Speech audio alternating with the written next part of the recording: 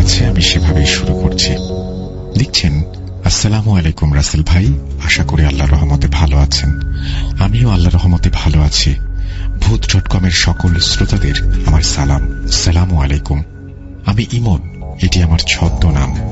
আমার ঠিকানা বাংলাদেশের উত্তরবঙ্গ, নওগাঁ জেলা, যেটা বাংলাদেশের বরেন্দ্র অঞ্চল নামে পরিচিত। আমি নিয়মিত ভূত.কমের একজন শ্রোতা বললে মিথ্যে বলা হবে। অনেক আগে শুনতাম, মাঝে মধ্যে সময় পেলে এখনো আপনার ঘটনাগুলো শুনে থাকি। অনেক ভালো লাগে। অনেকদিন থেকে লিখবো ভাবছিলাম, কিন্তু সময়ের অভাবে লেখা হয় না। আমি একজন মালয়েশিয়া প্রবাসী। আমার পক্ষে স্টুডিওতে আসা সম্ভব না, তাই ঘটনাটি পড়ে ভালো লাগলে আপনি শ্রোতাদের পড়ে শোনাবেন। তাই কথা না বাড়িয়ে সরাসরি ঘটনায় চলে যাই। ঘটনাটি আমার মেজ চাচার সঙ্গে ঘটে যাওয়া একটা ঘটনা। আমার সঠিক মনে নেই, আনুমানিক ঘটনাটি 2012-13 সালের দিকে ঘটে যাওয়া একটা ঘটনা। প্রচন্ড গরমের সময় সবাই বাইরে বসে একটু বাতাসের জন্য গ্রামের মাঝখানে হলেও অনেকে এসে বসত আমাদের বাড়ির সামনে এবং বিভিন্ন গল্প গুজবে মেতে উঠত সবাই। গল্পের তালে তালে হঠাৎ করে ভৌতিক গল্প একে একে উঠে আসত সবার মুখে। কার সঙ্গে কি ঘটেছিল সেসব নানান ঘটনা। এর মাঝে আমার চাচার সঙ্গে ঘটে যাওয়া ঘটনাটিও সেবার শেয়ার করা হয়েছিল। ঘটনাটি হচ্ছে, একটি ডিপ ঘর অর্থাৎ গভীর নলকূপ থেকে পানি উঠিয়ে কৃষি জমিতে ধান খেতে সেচ প্রদান করা হয়, সেখানে ঘটে যাওয়া একটি ঘটনা। এটি ইট দিয়ে তৈরি করা, সাদা রং করা একটি বরেন্দ্র কর্তৃপক্ষের নির্মিত ঘর অর্থাৎ সেচ প্রকল্প। সেখান থেকে বছরে পৌষ মাস থেকে চৈত্র বৈশাখ মাস পর্যন্ত পানি সেচ করা হয়। তারপর থেকে এটি পরিত্যক্ত হিসেবে পড়ে থাকে। একদিন বেশ কয়েকজন কার্ড খেলার জন্য রাত্রেবেলায় সেই ঘরটি ব্যবহার করে। সেখানে অনেক রাত্রি পর্যন্ত বেশ কয়েকজন কার্ড খেলতে থাকে। হঠাৎ করে একজনের প্রকৃতির ডাকে সাড়া দেবার সময় হয়।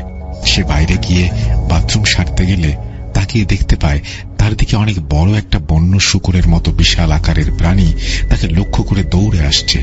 সে যেদিক থেকে আসছে বলে রাখা ভালো, ওই দিকে একটা হিন্দুদের ছোট্ট মন্দির আছে, যেখানে প্রতি বছর বৈশাখ মাসে 1 তারিখে মেলা বসে। সেখানে হিন্দু সম্প্রদায়ের লোকেরা প্রতিমা উঠিয়ে পুজো করে থাকে। সে দেখে প্রচন্ড ভয় পায় এবং তাৎক্ষণিক দৌড়ে গিয়ে রুমে প্রবেশ করে। এরপর সে ভয়ে ঘামতে থাকে এবং হাঁপাতে থাকে। সে আমার চাচাকে বলে, চাচা চলো বাড়ি যাই। আমার চাচা বলে, একটু সময় অপেক্ষা কর, একসঙ্গে বাড়ি চলে যাব। সবাই অপেক্ষা করতে করতে রাত 2টা-2:30 হয়ে যায়। সে একা ভয়ে আসতে পারে না। এরপর খেলা শেষ হলে তারা বাড়ির দিকে রওনা হয় এবং বাড়ির সামনে এসে একটি 3 রাস্তার মোড় রয়েছে, সেখানে এসে সে আমার চাচাকে সবকিছু বলে। সেই রাস্তার মোড় থেকে তার বাড়িতে যেতে আনুমানিক 500 মিটার হাঁটতে হয়। সে সময় সেখান থেকে আর সে যেতে পারছে না। আমার চাচাকে বলে, একটু সামনে এগিয়ে দিয়ে আসো চাচা, আমার বাড়ি পর্যন্ত আমার প্রচন্ড ভয় করছে। আমার চাচা তাকে বাড়ি পর্যন্ত এগিয়ে দিয়ে আসে এবং সে তার নিজের বাড়িতে ফিরে আসে। কি ভাবছেন ঘটনা এখানেই শেষ? না, ঘটনাটি শুরু পরের দিন থেকে।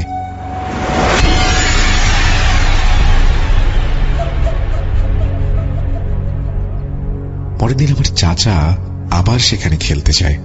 আমার সেই ভাইটি ভয় আর পরের দিন সেখানে যায় না। রীতিমতো তাদের খেলা জমে ওঠে।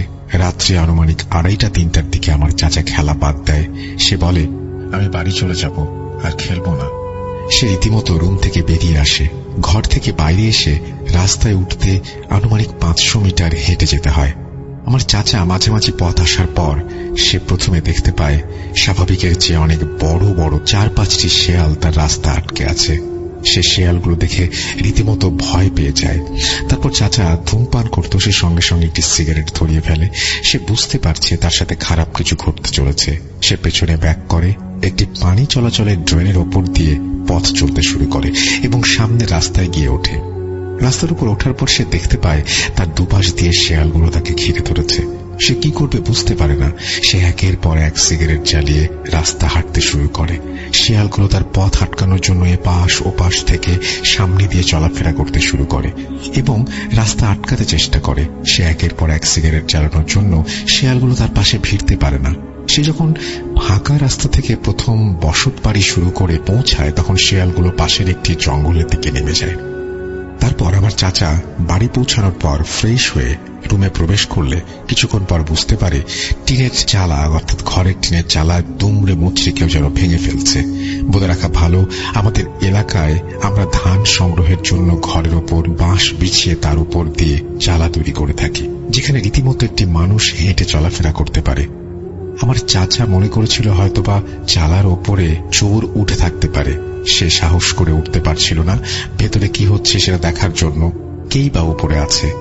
সে রীতিমতো সাহস করে একটি লাঠি এবং একটি লাইট নিয়ে উপরে ওঠে। ওপরে ওঠার সঙ্গে সঙ্গে সে দেখতে পায় সেখানে কিছুই নেই, সম্পূর্ণটা ফাঁকা। তারপর সে নিচে নেমে আসে এবং সে বুঝতে পারে তার পেছনের ঘটনাগুলো। এরপর রাত শেষে দিনের বেলায় লক্ষ্য করে দেখে টিনের কোথাও কিছু হয়নি, কিন্তু রাতের যে ঘটনাটি ঘটেছিল তাতে করে টিনের চালাটি ঠিকঠাক অবস্থায় থাকা কোনোভাবেই সম্ভব নয়। সে বুঝতে পারে সেখানে খেলতে যাওয়াটা তার ঠিক হয়নি। ঠিক সেদিন আমাদের গ্রামেরই উত্তর মাথায় এক ছেলের ওপর কিছু একটা আসর করে। ছেলেটি প্রতিদিন আমাদের বাড়ির সামনে দিয়ে ঠিক ওই পথেই নানির বাড়ি যাতায়াত করত। সেই ছেলেটির বাড়ি আমাদের বাড়ি থেকে আনুমানিক 1 কিলোমিটার দূরে হবে। রাতের বেলায় কবিরাজ ডেকে নিয়ে এসে সেই ছেলেটিকে ঝাড়ফুঁক করানো হয়। কবিরাজ ছেলেটিকে জিজ্ঞাসা করে, তুমি এই ছোট্ট ছেলেটিকে কেন ধরেছ? কি অপরাধ করেছে সে? তখন ছেলেটি বলে, এই ছেলেটি প্রতিদিন ওই রাস্তা দিয়ে হাঁটাহাঁটি করে, আর এই জায়গাতে আমি বসবাস করি। ওই জায়গাতে কিছু লোক আমাকে প্রতিদিন অনেক অসুবিধা করে, ডিস্টার্ব করে। তারপর ছেলেটি বেশ কয়েকজনের নাম উল্লেখ করে এবং বলে, তাদেরকে আমি বেশ কয়েকবার সাবধান করার চেষ্টা করেছি, কিন্তু তারা কোনো সাবধানতা অবলম্বন করে নাই। তাই এই ছেলেটি দুপুরবেলা আমার সামনে পড়া মাত্রই আমি ছেলেটিকে ধরে ফেলি। তবে এর কোনো ক্ষতি করব না, এর মাধ্যমে আমি জানাতে চাই এবং অন্যদেরকে সাবধান করে দিতে চাই। এরপর কেউ আমাকে যদি ডিস্টার্ব করে তাহলে তাদের বংশ আমি নির্বংশ করে দেব। এর মাধ্যমে আমি জানিয়ে দিতে চাই। বলে রাখা ভালো, ওই ছেলের বাড়ির পাশে 2 আঙ্কেল ছিল, দুজন আমার চাচার সঙ্গে পার্টনার হিসেবে ব্যবসা করত। পরের দিন আর এক আঙ্কেল আমার চাচাকে জিজ্ঞেস করে, রাতের বেলা তুমি এবং আরো কয়েকজন নাকি ওই ডিপ ঘরে খেলতে যাও? সে সময় আমার চাচা জিজ্ঞেস করে, তুমি ওই জায়গার কথা কিভাবে জানলে? সে সময় আঙ্কেল চাচাকে সবকিছু খুলে বলে আর ওখানে যেতে নিষেধ করে। এর মাধ্যমে আমরা সবকিছু বুঝতে পারি এবং তারপর থেকে আমার চাচা আর সেখানে কখনো খেলতে চায়নি। বলে রাখা ভালো, ওইখানে যারা সেচ প্রদানের কাজ করত মাঝে মধ্যে দেখত যে ডিপের হাউসে মাঝে মধ্যে মাঝরাতে কোনো এক ব্যক্তি গোসল করছে। কেউ কেউ তার শুধু হাঁটু পর্যন্ত দেখতে পেয়েছে। রুমের ভেতর থেকে পুরো দেখা সম্ভব হয়নি, কারণ সামনের দিকে ছোট ছোট ফাঁকা রাখা হতো প্রতিটি ঘর, যেন সেখান দিয়ে হাওয়া বাতাস প্রবাহিত হতে পারে। কারণ মেশিন চলা অবস্থায় এসব ঘর অনেক গরম হয়ে যায়, এজন্য ছোট ছোট করে ফাঁকা করে রাখা হয় সে সমস্ত ঘর। এখানে 2টি ঘরের ব্যবস্থা থাকে, একটিতে মেশিন থাকে আর একটি কাজ করা ব্যক্তির রাতে থাকার জন্য। এই ছিল আমার চাচার মুখে শোনা ঘটনা। ঘটনাটি লিখতে কোনো ভুল ত্রুটি হয়ে থাকলে ক্ষমা সুন্দর দৃষ্টিতে দেখবেন, আর ঘটনাটি ভালো লাগলে শেয়ার করবেন। আমার কাছে আরো ঘটনা আছে, যদি সিলেক্ট হয় পরবর্তী ঘটনা তিনি পাঠাবেন বলে বলেছেন। Thank you so much. এরপরে তিনি তার নিজের নাম এবং ঠিকানা এবং ফোন নাম্বার দিয়ে শেয়ার করেছেন। আমি আপনাকে অনেক ধন্যবাদ জানাচ্ছি। আশা করছি যে ঘটনাটি উনি পাঠিয়েছেন সেই ঘটনাটি আপনাদেরও ভালো লেগেছে। যদি ভালো লাগে অবশ্যই আমাদের জানাবেন। russell.booth.com@gmail.com এই অ্যাড্রেসে। আমরা চলে যাব আমাদের পরবর্তী ঘটনায়। যেভাবে লেখা আছে আমি সেভাবেই শুরু করছি। আসসালামু আলাইকুম রাসেল ভাই, জানতে চাইলাম না কেমন আছেন। আমি জানি আপনি সবসময় ভালোর দলেই থাকেন। আমি মোহাম্মদ ইমরান শালিখা, মাগুরা থেকে। রাসেল ভাই, ঘটনাটি আমি কালেক্ট করেছি আশরাফুর রহমান চাঁদ ভাইয়ের কাছ থেকে। এই ঘটনাটি রাজবাড়ী জেলার বালিয়াকান্দি নামক স্থানের ঘটনা। ঘটনাটি আশরাফুল ভাইয়ের মায়ের সাথেই ঘটেছে। রাসেল ভাই, যদি আমার ঘটনাটি সিলেক্টেড হয় তাহলে আমি চাই যে আপনি ঘটনাটি পড়ে শোনান, কারণ আপনার কণ্ঠে ঘটনা শুনলে মনে হয় ঘটনাটির পুনরাবৃত্তি আমার চোখের সামনেই হচ্ছে। আর বেশি কথা না বাড়িয়ে সরাসরি ঘটনায় চলে যাচ্ছি। ঘটনাটি যেহেতু তার মায়ের সাথে ঘটা, তাই তার মায়ের মতো করেই বলছি।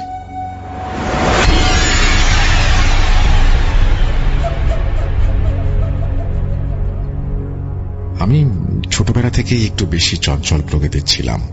মাঠ, ঘাট, বন, জঙ্গল চষে বেড়াতাম এবং বড়শি দিয়ে মাছ ধরতে খুব পছন্দ করতাম। একদিন আমি আর আমার বাবা আমাদের বাড়ির পাশের একটা খালে বড়শি দিয়ে মাছ মারতে যাই এবং সেখানে আমি অনেক মাছ পাই। আমার বাবা খুব পান খেতেন। পান শেষ হয়ে যাওয়াতে বাবা আমাকে রেখে বাড়িতে চলে আসেন পান খাওয়ার জন্য। বাবা আসার পর থেকেই আমি অনেক বেশি মাছ পেতে শুরু করি। এজন্য আরো বেশি উদ্দীপনা নিয়ে আমি মাছ ধরতে থাকি। বেশ খানিকটা সময় পার হয়ে গেছে, ওদিকে বাবা আসছে না। আমি বেশ অনেক সময় ধরে অনুভব করছি আমার পেছন দিয়ে কেউ আসা যাওয়া করছে।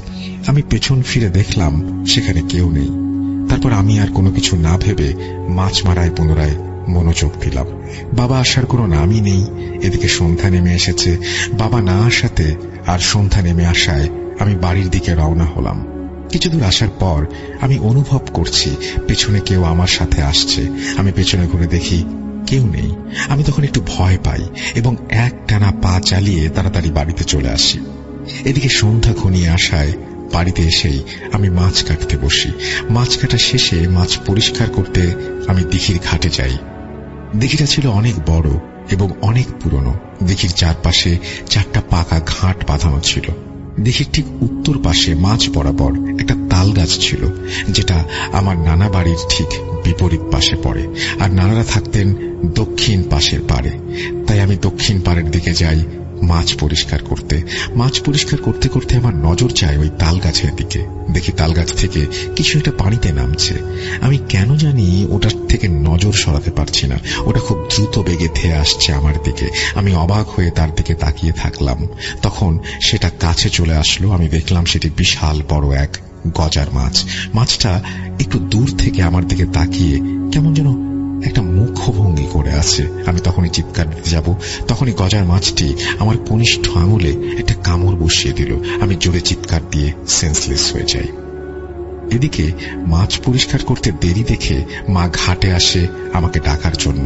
এসেই দেখে আমি অজ্ঞান হয়ে পড়ে আছি। মা চিৎকার করে বাবাকে ডাকে। বাবা এসে আমাকে ঘরে নিয়ে যায়।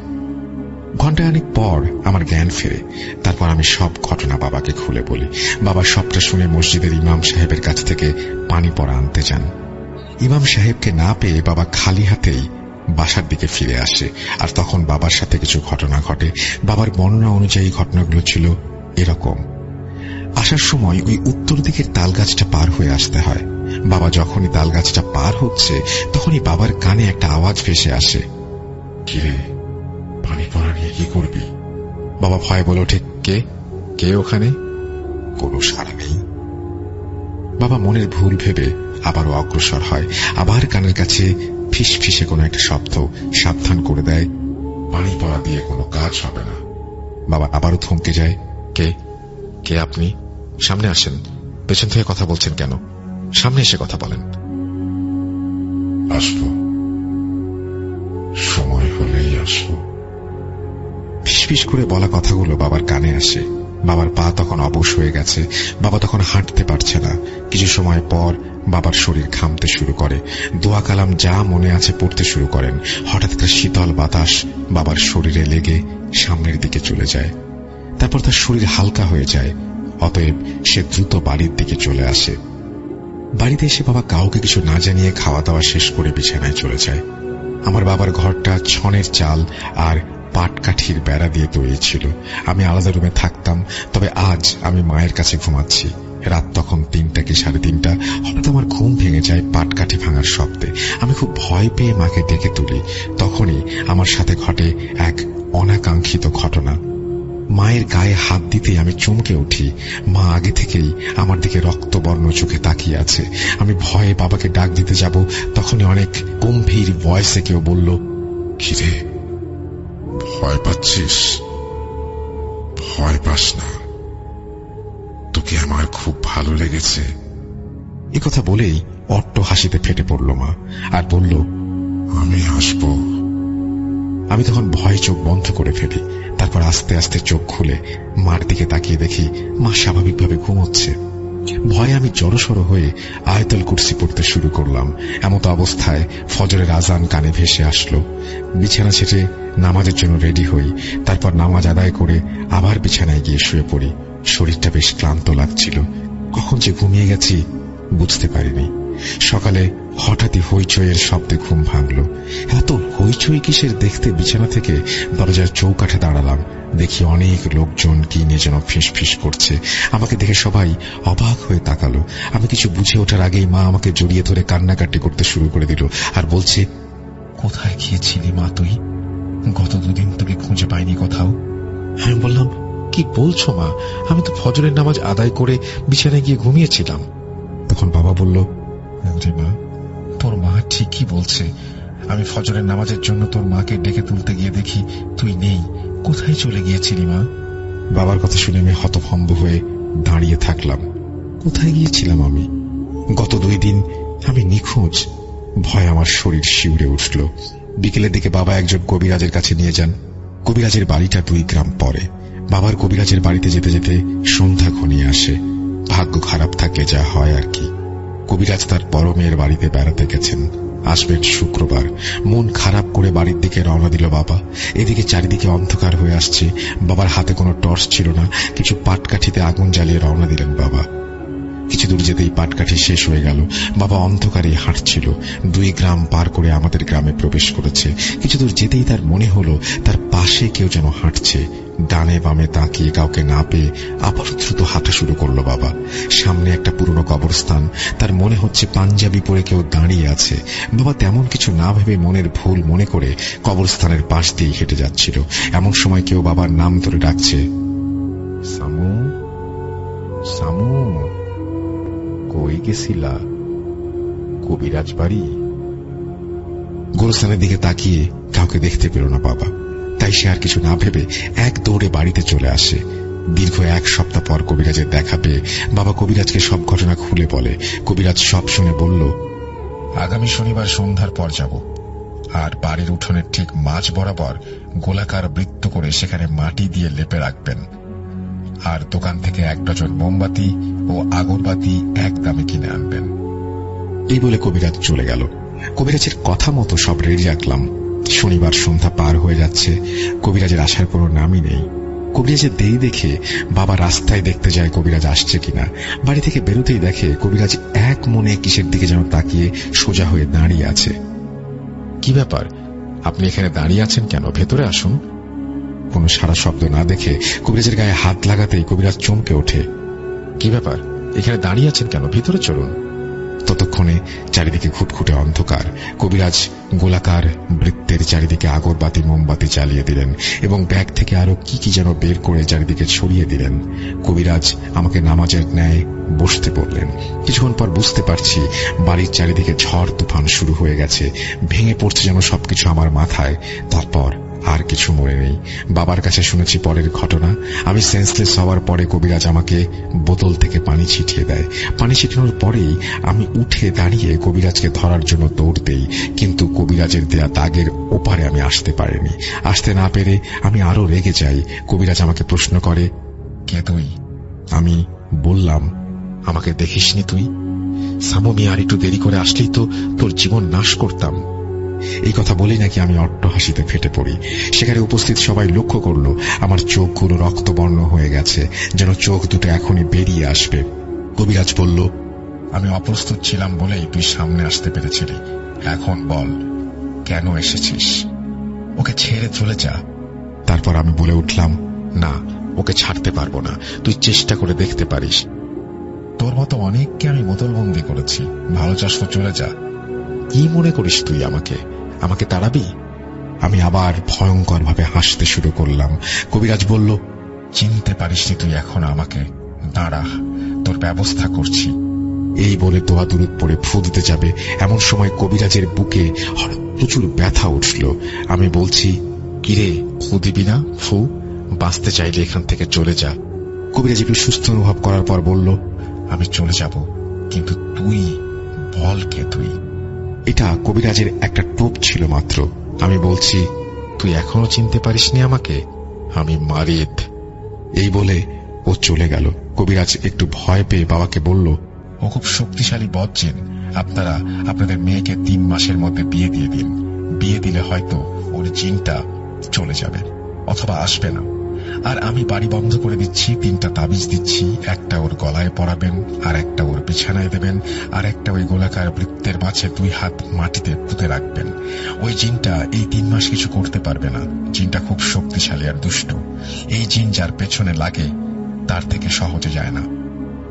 এভাবে 2 মাস কেটে যায়, কোনো সমস্যা হয় না। এদিকে আমার বিয়ে দেওয়ার জন্য বাবা ছেলে খুঁজছে। আমার বয়স তখন 9 বছর শেষে 10 বছরে পড়েছে। আসলে তখনও বিয়ে নিয়ে এতটা বুঝি না। বাবা ছেলে খুঁজতে খুঁজতে ফরিদপুর জেলা মধুখালী থানার পাশেই একটা ছেলের খোঁজ পায়। আমাকে দেখে তাদের পছন্দ হয়। তারপর বিয়ের সব আয়োজন করে আমাকে বিয়ে দেয়া হয়। আমার শ্বশুর বাড়ি দূর হওয়াতে আমাকে তারা সেদিন নিয়ে যেতে পারে না। গাড়ি ঘোড়াও সেরকম সুবিধা নাই, তাই সকালে আমাকে নিয়ে যাবে বলে। তাই আমাকে ঘরে বসিয়ে রেখেছে। বাইরে সবাই গল্প করছে আর আমি বসে আছি। এমন সময় আমার কানের কাছে ফিসফিস করে কেউ বলছে, চলে যাবি আমাদের ছেলে? আমি তোকে যেতে দেব না, আমি তোকে নিয়ে যাব। কথাগুলো শুনে আমি পেছনে ঘুরে তাকিয়ে দেখি একজোড়া চোখ আমার দিকে তাকিয়ে আছে। আমি একটা চিৎকার দিয়ে বেহুশ হয়ে পড়ে গেলাম। আমার চিৎকারে সবাই রুমে ছুটে আসে।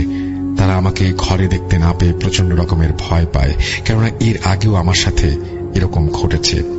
বাবা সারা বাড়ি তন্ন তন্ন করে খুঁজেও আমাকে পায়নি।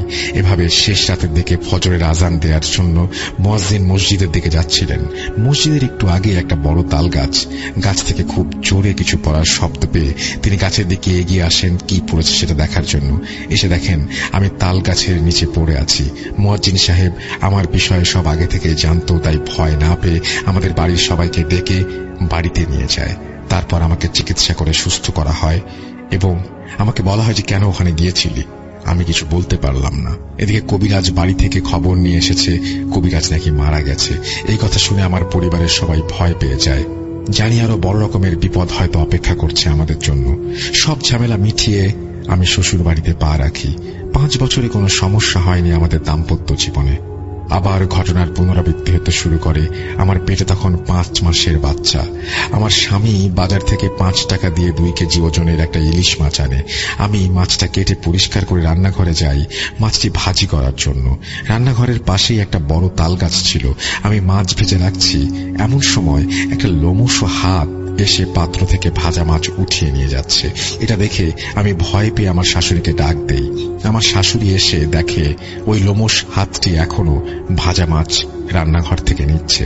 আমরা দুজনেই খুব ভয় পেয়ে সেখান থেকে চলে যাই। সেদিন রাতে আমি স্বপ্ন দেখি আমার ঘরের দরজা খুলে কেউ দাঁড়িয়ে আছে। আমি তাকে প্রশ্ন করি, কে ওখানে? তখন অবয়বটি বলে, কিরে, আমাকে চিনতে পারিসনি? আমি ফিরে এসেছি, বলেছিলাম তোকে ছেড়ে যাব না। একথা বলেই আমার দিকে এগিয়ে আসলো সেই অবয়বটি। আমি তখন কিছু বলতে পারছি না, কাউকে ডাকতে পারছি না। আমি শুধু তাকিয়ে দেখছি সেই ছায়া মূর্তিটি আমার শরীরের সাথে মিশে যাচ্ছে। সেদিন আমার একটু দেরিতে ঘুম ভাঙল। বিষয়টা কাউকে কিছু জানালাম না। আমার শাশুড়ি আমাকে রান্না করার জন্য কিছু খড়ি আনতে বলল। আমাদের আখ ক্ষেত আছে, ওখান থেকে আমি আখের শুকনো পাতা আনতে ক্ষেতের ভেতরে ঢুকলাম। আমি যেতে যেতে ক্ষেতের অন্য পাশে চলে গেলাম। ক্ষেতের অন্য পাশে অনেক পুরনো 2টো শিমুল গাছ। গাছ দুটোর মাঝে 20 ফিটের মতো জায়গা আছে। আমি সেই গাছের দিকে তাকাতেই আমার শরীর হিম হয়ে গেল। আমার কলিজা যেন ফেটে যাচ্ছে, চোখ আটকে যাচ্ছে ওই গাছের দিকে। দেখি দানবের মতো 2 পা 2 শিমুল গাছে আমার দিকে তাকিয়ে সে ভয়ঙ্কর ভাবে হাসছে। দুপুর গড়িয়ে বিকেল হয়ে যাচ্ছে। এদিকে আমার দেরি দেখে আমার শাশুড়ি খুঁজতে গিয়ে দেখে আমি সেন্সলেস হয়ে সেখানে পড়ে আছি। চোখ দুটো খোলা, আগুনের মতো লাল হয়ে আছে। আমাকে ওভাবেই বাড়িতে নিয়ে আসা হয়। তারপর জ্ঞান ফিরলে আমি তাদের সব ঘটনা খুলে বলি। রাতে আমি শুয়ে আছি আমার স্বামীর পাশে। ওখান থেকে শিমুল গাছ স্পষ্টভাবে দেখা যায়। আমি শুয়ে শুয়ে দেখছি ওই শিমুল গাছটা থেকে ওই অবয়বটি নেমে আসছে আমার দিকে। আমি কথা বলতে পারছি না, মনে হচ্ছে আমার গলা কেউ চেপে ধরেছে। আমি নিঃশ্বাস নিতে পারছি না। ও যত কাছে আসছে আমার সামনে তত আগুনের মতো একটা বৃত্তের তৈরি হচ্ছে। আমার কাছাকাছি এসে আমার চোখে থাবা মারে সেই অবয়বটি। তারপর আমার আর কিছু মনে নেই। আমার শাশুড়ি আমাকে পরে সব ঘটনা বলেছে। ঘটনাটি এরকম, আমি আমার স্বামীকে গলা টিপে ধরে আছাড় মারি।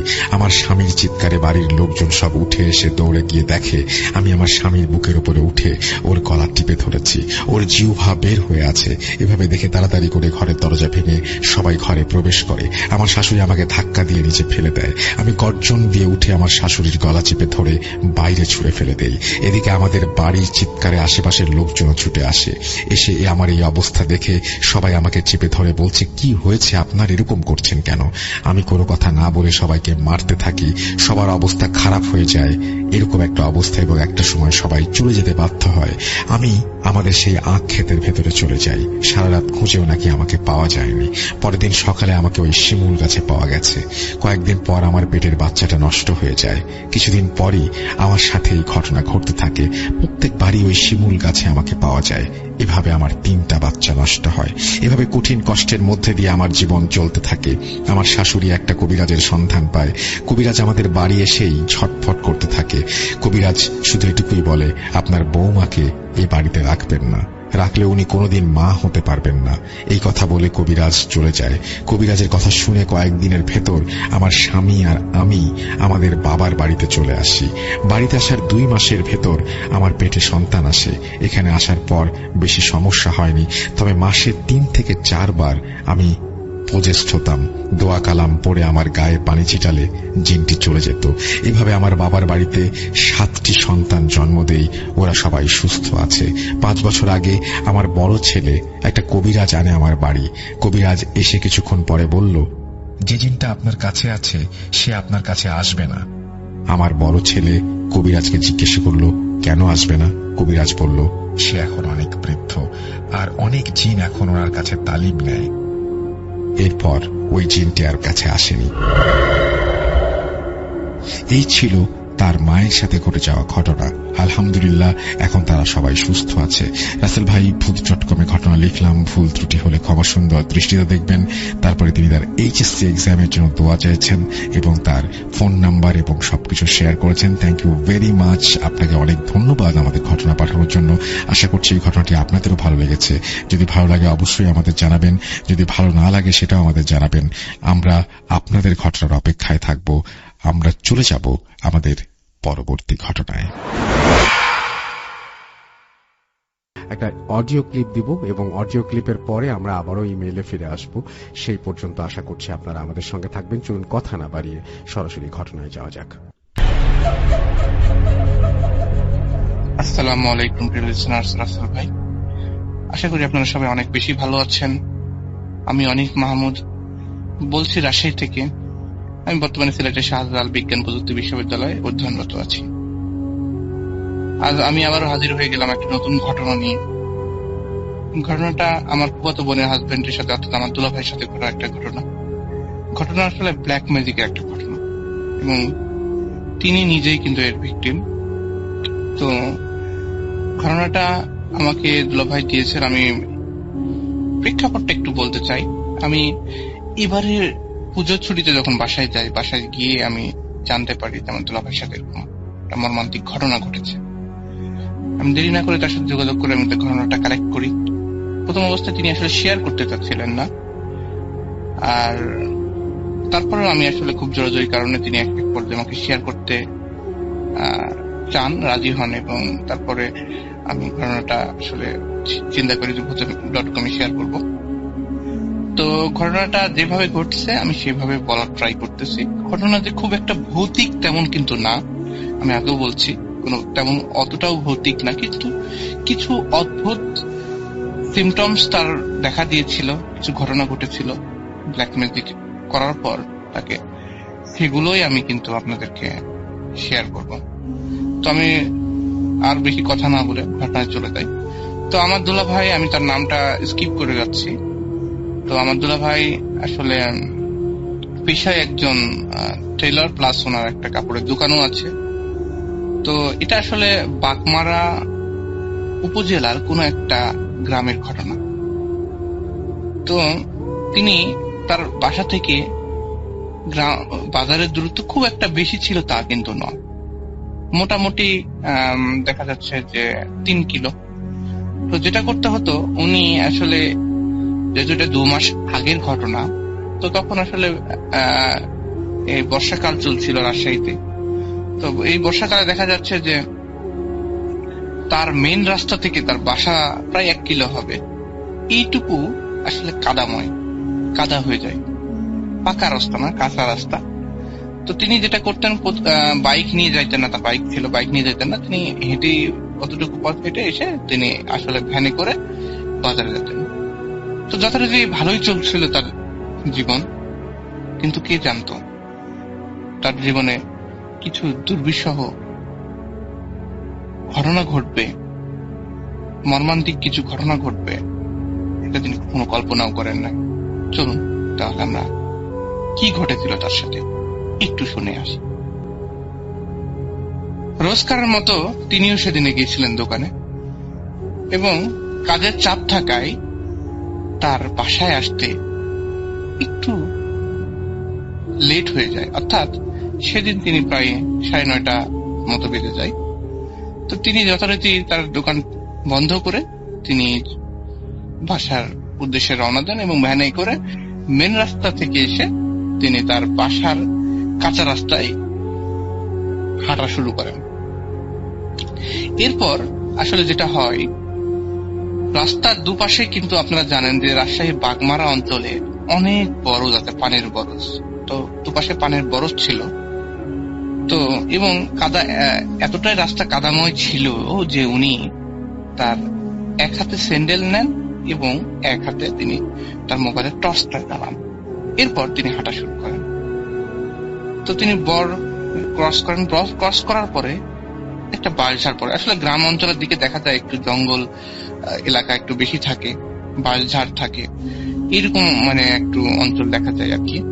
তো তিনি বর ক্রস করে তারপর তিনি বাঁশঝাড়ের মধ্যে দিয়ে যাচ্ছিলেন। তো এই রাস্তা তার কাছে তিনি প্রতিদিন যাওয়া আসা করেছেন, কিন্তু কখনোই তার কোনোদিন ভয় লাগেনি, কোনো আনইউজুয়াল কিছু ফিল হয় না।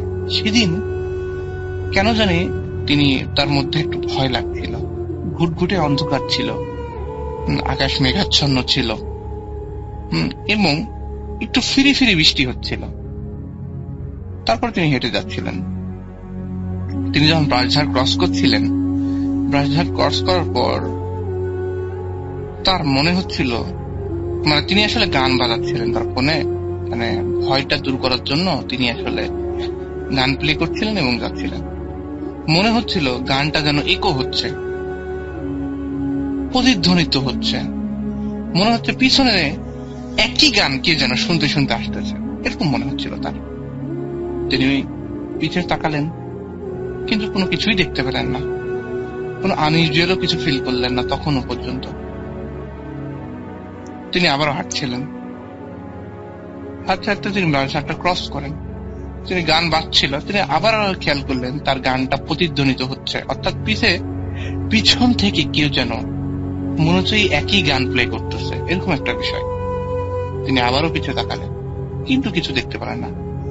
বাঁশঝাড় ক্রস করার পর কিছু বাড়ি আছে, তিনি বাড়িগুলো ক্রস করলেন। ক্রস করে মোটামুটি তেমন আর তার সাথে তখন কিছু ঘটে নাই। তিনি এটাকে অ্যাজ ইউজুয়ালি ধরলেন। আসলে যেহেতু ভয় লাগছিল, তারপরেও তিনি অ্যাজ ইউজুয়াল ধরলেন যে না, স্বাভাবিক হতেই পারে এরকম একটা কিছু। এরপর তিনি বাসায় ঢুকলেন। বাসায় ঢুকে তিনি হাত পা ধুয়ে ফ্রেশ হয়ে তিনি খাবার টাবার খেয়ে, যেহেতু তার পানের বরজ ছিল, পরের দিন সকালে আসলে বাজারে হাট ছিল, অর্থাৎ সেই যে বাজারে তিনি আসলে তার দোকান আছে, তিনি আসলে তার পানের বরজও ছিল, তিনি পান ভাঙবেন খুব সকাল ভোরে উঠে, অর্থাৎ ফজরের আগে থেকেও তাকে পান ভাঙতে হবে। এই উদ্দেশ্যে তিনি দেরি না করে খাওয়া দাওয়া করে তিনি ঘুমিয়ে পড়লেন। ঘুমিয়ে পড়লেন যখন, হঠাৎ করে রাতে তার ঘুম ভেঙে যায়, কোনো কারণ ছাড়াই ঘুম ভেঙে যায়। ঘুম ভেঙে আমার বোন পাশে ছিল, আমার ফুটে একটা ভাগ্নি আছে, সেও ছিল পাশে। তিনি হাত দিয়েছেন, হাত দিয়ে তিনি কাউকে পাচ্ছেন না, এবং তিনি যখন মানে তার চোখ টোক একটু মুছে, অর্থাৎ একটু ভালোভাবে তন্দ্রাচ্ছন্নতা দূর করে তিনি যখন তাকালেন, তখন দেখছেন তার উপরে আসলে তার বাসা ট্রেনের বাসা ছিল, কিন্তু তিনি কিছুই দেখছেন না। মনে হচ্ছে তিনি খোলা আকাশের নিচে তিনি শুয়ে আছেন।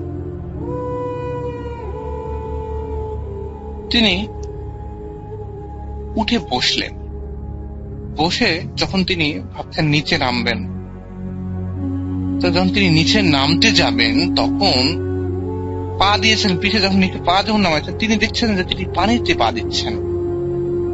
তিনি চমকে উঠলেন, তিনি আসলে কোথায় আছেন। এরপর তিনি একটু নিজেকে জাগ্রত করে তিনি চারিদিকে তাকালেন। তিনি তাকিয়ে দেখতেছেন যেটা দেখার জন্য তিনি কোনোদিনও প্রস্তুত ছিলেন না, কোনোদিনও চিন্তাও করেননি এরকম কিছু তার সাথে ঘটতে পারে।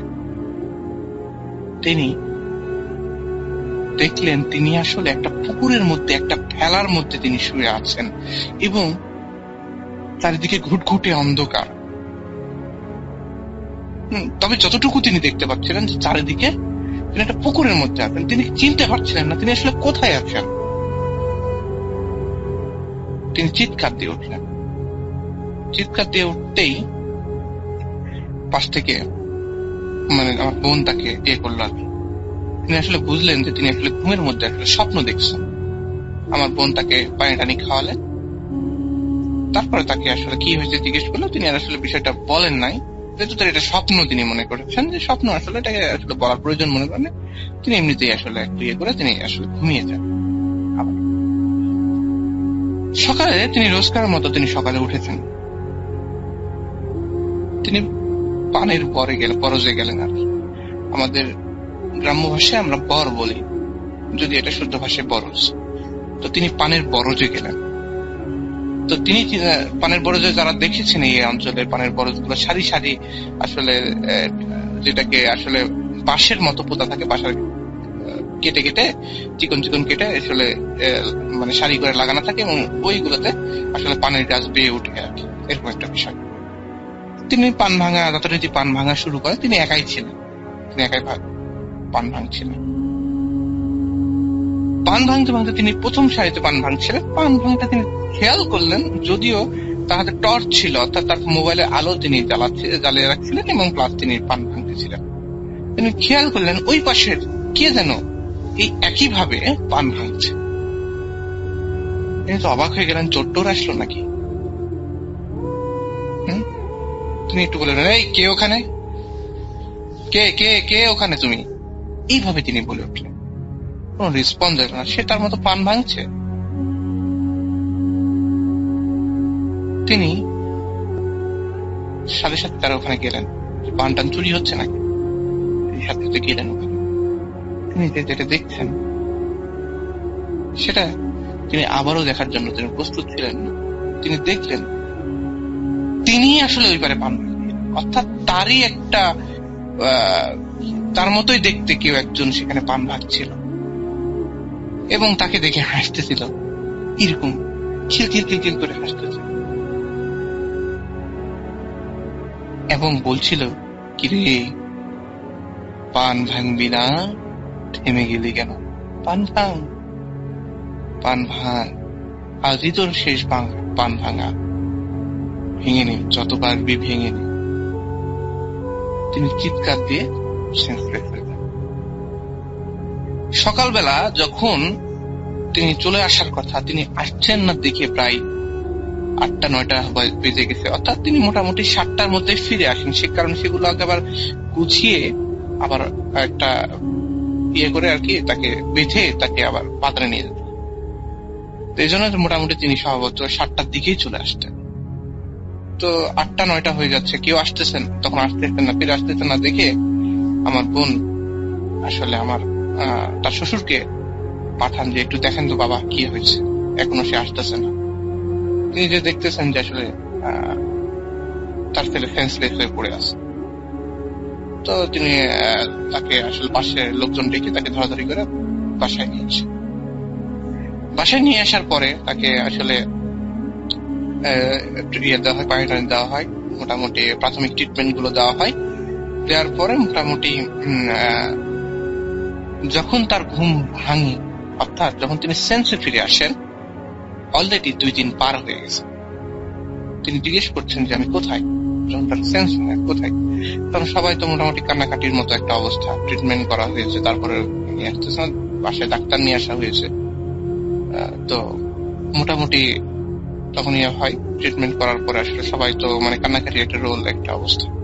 তো সবাই দেখতেছে এই অবস্থা, বলতেছে তুমি কি হয়েছে বাবা, সবকিছু জিজ্ঞেস করা হয় তাকে। জিজ্ঞেস করার পরে তার আসলে তিনি কিছু তেমন একটা বলতে পারেন না। তখন ডাক্তার তাকে বলা হয় যে তাকে আপাতত রেস্ট করার জন্য, তিনি আসলে রেস্ট করেন, রেস্ট নিতে বলা হয় তাকে। আসলে রেস্ট করে তারপরে দেখা যাচ্ছে যে পরে তিনি আসলে সব ঘটনা যখন মোটামুটি সন্ধ্যার পরে তিনি সেদিন সন্ধ্যার পরে তিনি মোটামুটি সবকিছু ঘটনা খুলে বলেন, এরকম কাহিনী। তো আসলে আমার দুলাভাই অনেক পরিশ্রম করতেন, অনেক পরিশ্রমী মানুষ ছিলেন। তো সব বলতেছিল, ডাক্তার বলতেছিল হয়তো তুমি স্ট্রেসফুল আছো, এই কারণে তোমার এই অবস্থা, তুমি অনেক পরিশ্রম করে এই জন্য হয়তো তুমি একটা ভুল দেখছো হয়তো, আর সকালবেলা তুমি অনেক ভোরে তুমি উঠে যে পান ভাঙছো ওই সময় হয়তো ভুল দেখছো। কিন্তু আমার দুলাভাই কোনো মতেই মানতে নারাজ যে তিনি আসলে ভুল দেখছেন। তারপরে আসলে সবাই একটু তাকে সান্ত্বনা দিচ্ছিল। এরপরে যেটা হয়, সেই দিন রাতে তিনি, যেহেতু তিনি মোটামুটি তখনও অতটা মানে তার শরীরে শক্তি ছিল না, তিনি মোটামুটি তাড়াতাড়ি ঘুমিয়ে গেছেন। তো ঘুম থেকে যখন মানে হঠাৎ রাতের বেলা তিনি ঘুমিয়ে গেছেন, সেই দিনও হঠাৎ করে তার ঘুম ভেঙে যায়। তিনি এক্সাক্ট টাইমটা বলতে পারেন না আসলে কতটা, কোন সময় তার ঘুম ভেঙেছে। তো ঘুম ভেঙেছে, তিনি মানে তিনি উঠে বসলেন। সেদিনও তিনি দেখতেছেন তিনি খোলা আকাশের নিচে আছেন, এবং চারিদিকে তখন তিনি দেখলেন যে হ্যাঁ, তিনি আবারও সেই ভেলার উপর বসে আছেন এবং চারিদিকে পানি। যখন তিনি নামতে গেছেন দেখছেন যে তার আসলে পানি। তো এবার তিনি খেয়াল করলেন যে তিনি ওই পুকুরের মাঝখানে আছেন, এবং ওই পুকুরের চারপাশ দিয়ে কেউ যেন ভেলা একটা চালাচ্ছে, মানে গ্রাম্য ভাষায় যেটা ওই যে কলা গাছ দিয়ে তৈরি, যেটা ওই রকম আর কি টাইপের ভেলা বানিয়ে চারিপাশে রাউন্ড দিচ্ছে। তিনি যথেষ্ট তিনি ফেস দেখতে পান না, কোনো মনে হচ্ছেন কেউ একটা, মানে অন্ধকার যেহেতু ছিল, তিনি দেখছেন কেউ একটা তাকে মানে ইয়ে করতেছে। তো এভাবে রাউন্ড দিচ্ছে আর কি, রাউন্ড দিতে এবার তিনি সে মুহূর্তে চিৎকার দেন নাই। তিনি তন্দ্রাচ্ছন্ন অবস্থায় তখনও ছিলেন। দেখলেন এক সময় তিনি একটু চোখ ইয়ে করে দেখলেন যে ভেলাটা তার কাছে চলে আসছে, এবং যে ভেলাটা চালাচ্ছে সে আর কেউ নয়, তিনি ভেলাটা চালাচ্ছে। তার মতোই দেখতে কেউ একজন ভেলাটা চালাচ্ছে, এবং সে বলে ভেলাটা চালাতে, কিরে কেমন লাগছে এইভাবে, কি চল না আজকে দুজন মিলে মাছ ধরবি, চল পুকুরে ঝাঁপ দে, মাছ ধর। এইরকম কথাবার্তা বলতে শুরু করে। এই দেখে আমার দুলাভাই আবার চিৎকার দেন, এবং পাশে দেখা যাচ্ছে যে তার মানে আমার বোন তাকে আবার কি হয়েছে বলে উঠে তাকে আসলে তাকে ইয়ে করে না, সান্ত্বনা দেওয়ার চেষ্টা করেন, পানি টানি খাওয়ান। এবং আসলে তারপরে আমার বোনকে তখনই সব ঘটনা আমার দুলাভাই খুঁজে বলে যে এরকম আমি আবার দেখছি। তো আমার বোন তখনই বুঝতে পারছিল আসলে ভালো কিছু ঘটছে না, কোন কিছু একটা রং আছে। আবার তার মনে এরকম আসতেছিল যে হয়তো বা আসলে সে ওই যে ডাক্তার বলছে যে তিনি আসলে অনেক পরিশ্রম করেন, এই কারণে ভুলভাল দেখতেছেন, এটাও হতে পারে। মানে দুইটা দিকেই আমার বোনের মধ্যে একটা কনফিউজিং বিষয়গুলো আসতেছিল। তো এরপর যেটা হয়, তিনি তাকে তখন মোটামুটি একটু সান্ত্বনা দিয়ে তিনি আবার তাকে ঘুম পাড়িয়ে দেন। আমার বোন সেদিন জেগেই ছিলেন আর কি, তাকে যাতে কোন রকম প্রবলেম হয় এই জন্য তিনি জেগে থেকে তাকে একটু দেখভাল করছিলেন। রাত শেষ হয়ে যায়, সকালে ঘুম থেকে উঠে তিনি মোটামুটি তার ইয়ে হচ্ছিল, তিনি যেহেতু কাজের মানুষ, তো দেখা যাচ্ছে যেটা অভ্যাস সেটা না করলে দেখা যাচ্ছে মানে কিছু মানুষের ভালো লাগে না। তো তিনি কোনো মতেই থাকবেন না, তিনি দোকানে যান। তো দোকানে গেলেন, তাকে কেউ আটকাতে পারলো না, তিনি দোকানে গেলেন, এবং দোকানে যে তিনি যেটা হয় তিনি কাজ করছিলেন, তার আসলে টেলারি আছে, তিনি দর্জি, তো ওই যে সেলাই করছিলেন, একটা কাজ করছিলেন।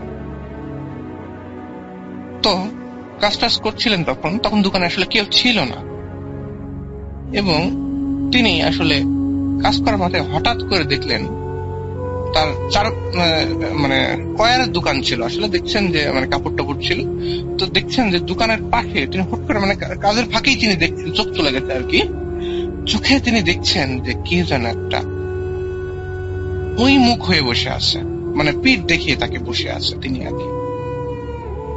তো তিনি গেলেন, তিনি জিজ্ঞেস করেন, কে, কখন ঢুকলে তুমি, কে? যদিও তার বাবা আসলে মানে দোকানে থাকেন, বসেন, কিন্তু তার বাবার মতো লাগছিল না শেপটা, মনে হচ্ছিল একটু তাগড়া দেহ, মানে একটু জোয়ান মানুষ মনে হচ্ছিল। তো তিনি উঠে যে তখন যেহেতু তার দিনের বেলা, তিনি তো ভয়ের কোনো কারণ না, তিনি দিনের বেলা যা দেখছেন আর কেউ না, আর কেউই নয়, তিনি ওখানে বসে আছেন, তারই মতো দেখতে কেউ একটা বসে হাসতেছে, খিলখিল করে হাসতেছে। এবার তিনি দৌড় দেন, কিছু বলার তাকে সুযোগ না দিয়ে তিনি দৌড় দেন, পাশের দোকানে যে তিনি তার পরিচিত যে দোকানদার তাকে বলেন যে আমি এরকম দেখছি। এসে দেখে কেউ নাই। এইভাবে আসলে তাকে সবাই মানে বলতেছিল যে তিনি আসলে মানে পাগল হয়ে গেছেন, এরকম অনেকে বলা বলি করছিল আসলে যে দিনের বেলা এসব হয় নাকি, মানে কেউ বিশ্বাস করছিল না তার কথা, আসলে সত্যি কথা বলতে আসলে তার মাথার সমস্যা হয়ে গেছে এরকম বলা হয়। তো তিনি যাই হোক এই জন্য আসলে তাকে একজন সাজেস্ট করলো যে তিনি তাকে ডাক্তার দেখানোর জন্য। তো এই জন্য আমার বোন আসলে তাকে নিয়ে রাজশাহীর একজন সুনামধন্য ডাক্তারের কাছে আসেন আর কি। ডাক্তারটার নামও আমি বললাম না, তিনি যাই হোক রাজশাহী মেডিকেলের একজন সুনামধন্য আর কি, একজন ডাক্তার, মানসিক ডাক্তার আর কি। তার কাছে ডাক্তারকে তিনি সবকিছু খুলে বললেন। তো খুলে বলার পর ডাক্তার আসলে মানে তাকে কিছু টেস্ট দিল আর কি। টেস্ট দেওয়ার পরে তিনি সেগুলো করলেন, করার পরও আসলে ডাক্তার আসলে কোনো কিছু পেলেন না। তাকে বললেন যে তুমি আসলে একটু রেস্ট নাও এবং এই ওষুধগুলো তুমি খাও। তো এই ওষুধগুলো তিনি আসলে সেদিন তিনি চলে আসেন, চলে এসে বাসায় আবারও তিনি আসলে রেস্ট করছিলেন, এগুলো খান। তো দুদিন, মোটামুটি 2 দিন আর কিছু হয় নাই। এরপর তিনি মনে করলেন যে হয়তো তিনি সুস্থ হয়ে গেছেন, তিনি আবারও দোকানে গেলেন। সেদিনও তিনি দোকান করে আস্তে আস্তে মোটামুটি এশার মানে মাগরিব পার হয়ে গেছে, অর্থাৎ এশার আগে আর কি এরকম হয়ে গেছে। তো তিনি দোকান থেকে এসে ওই ভ্যান থেকে নেমে, মেন রাস্তা থেকে নেমে তিনি আসলে তখন তার কাঁচা রাস্তাটা যেটা বাড়ির রাস্তা সেটা তিনি উঠছেন। সেই জন্য তিনি মোটামুটি তিনি আসলে তার কোনো ভয় লাগে না, সেজন্য তিনি হাঁটে যাচ্ছেন। তো হাঁটতে হাঁটতে তিনি হাঁটতে হাঁটতে যখন তিনি তার বাঁশঝাড় ক্রস করছেন, অর্থাৎ তারপরে আসলে গ্রামের যে বাড়িগুলো থাকে বাড়িগুলো নিবে, তো পিছ থেকে কে যেন তাকে একটা ডাক দিল তার নাম ধরে। তিনি পিছনে তাকালেন, তাকে দেখছেন কেউ নাই। তিনি আবার একটু হাঁটতেছেন, 2 পাও হাঁটেনি, 2 কদম হাঁটতে না হাঁটতে আবার তাকে ডাক দিল। এবং তিনি মনে হচ্ছিল এটা কোনো মানে খুবই অচেনা একটা ডাক আর কি।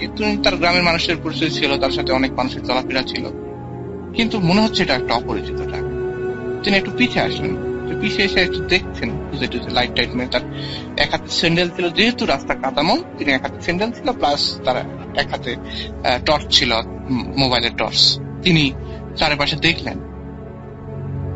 তো চারিপাশে দেখলেন, তিনি দেখতেছেন যে বাঁশের কতগুলো বাঁশ আছে, বাঁশ ঝাড়ের পিছনে থেকে কে যেন গোঙাচ্ছে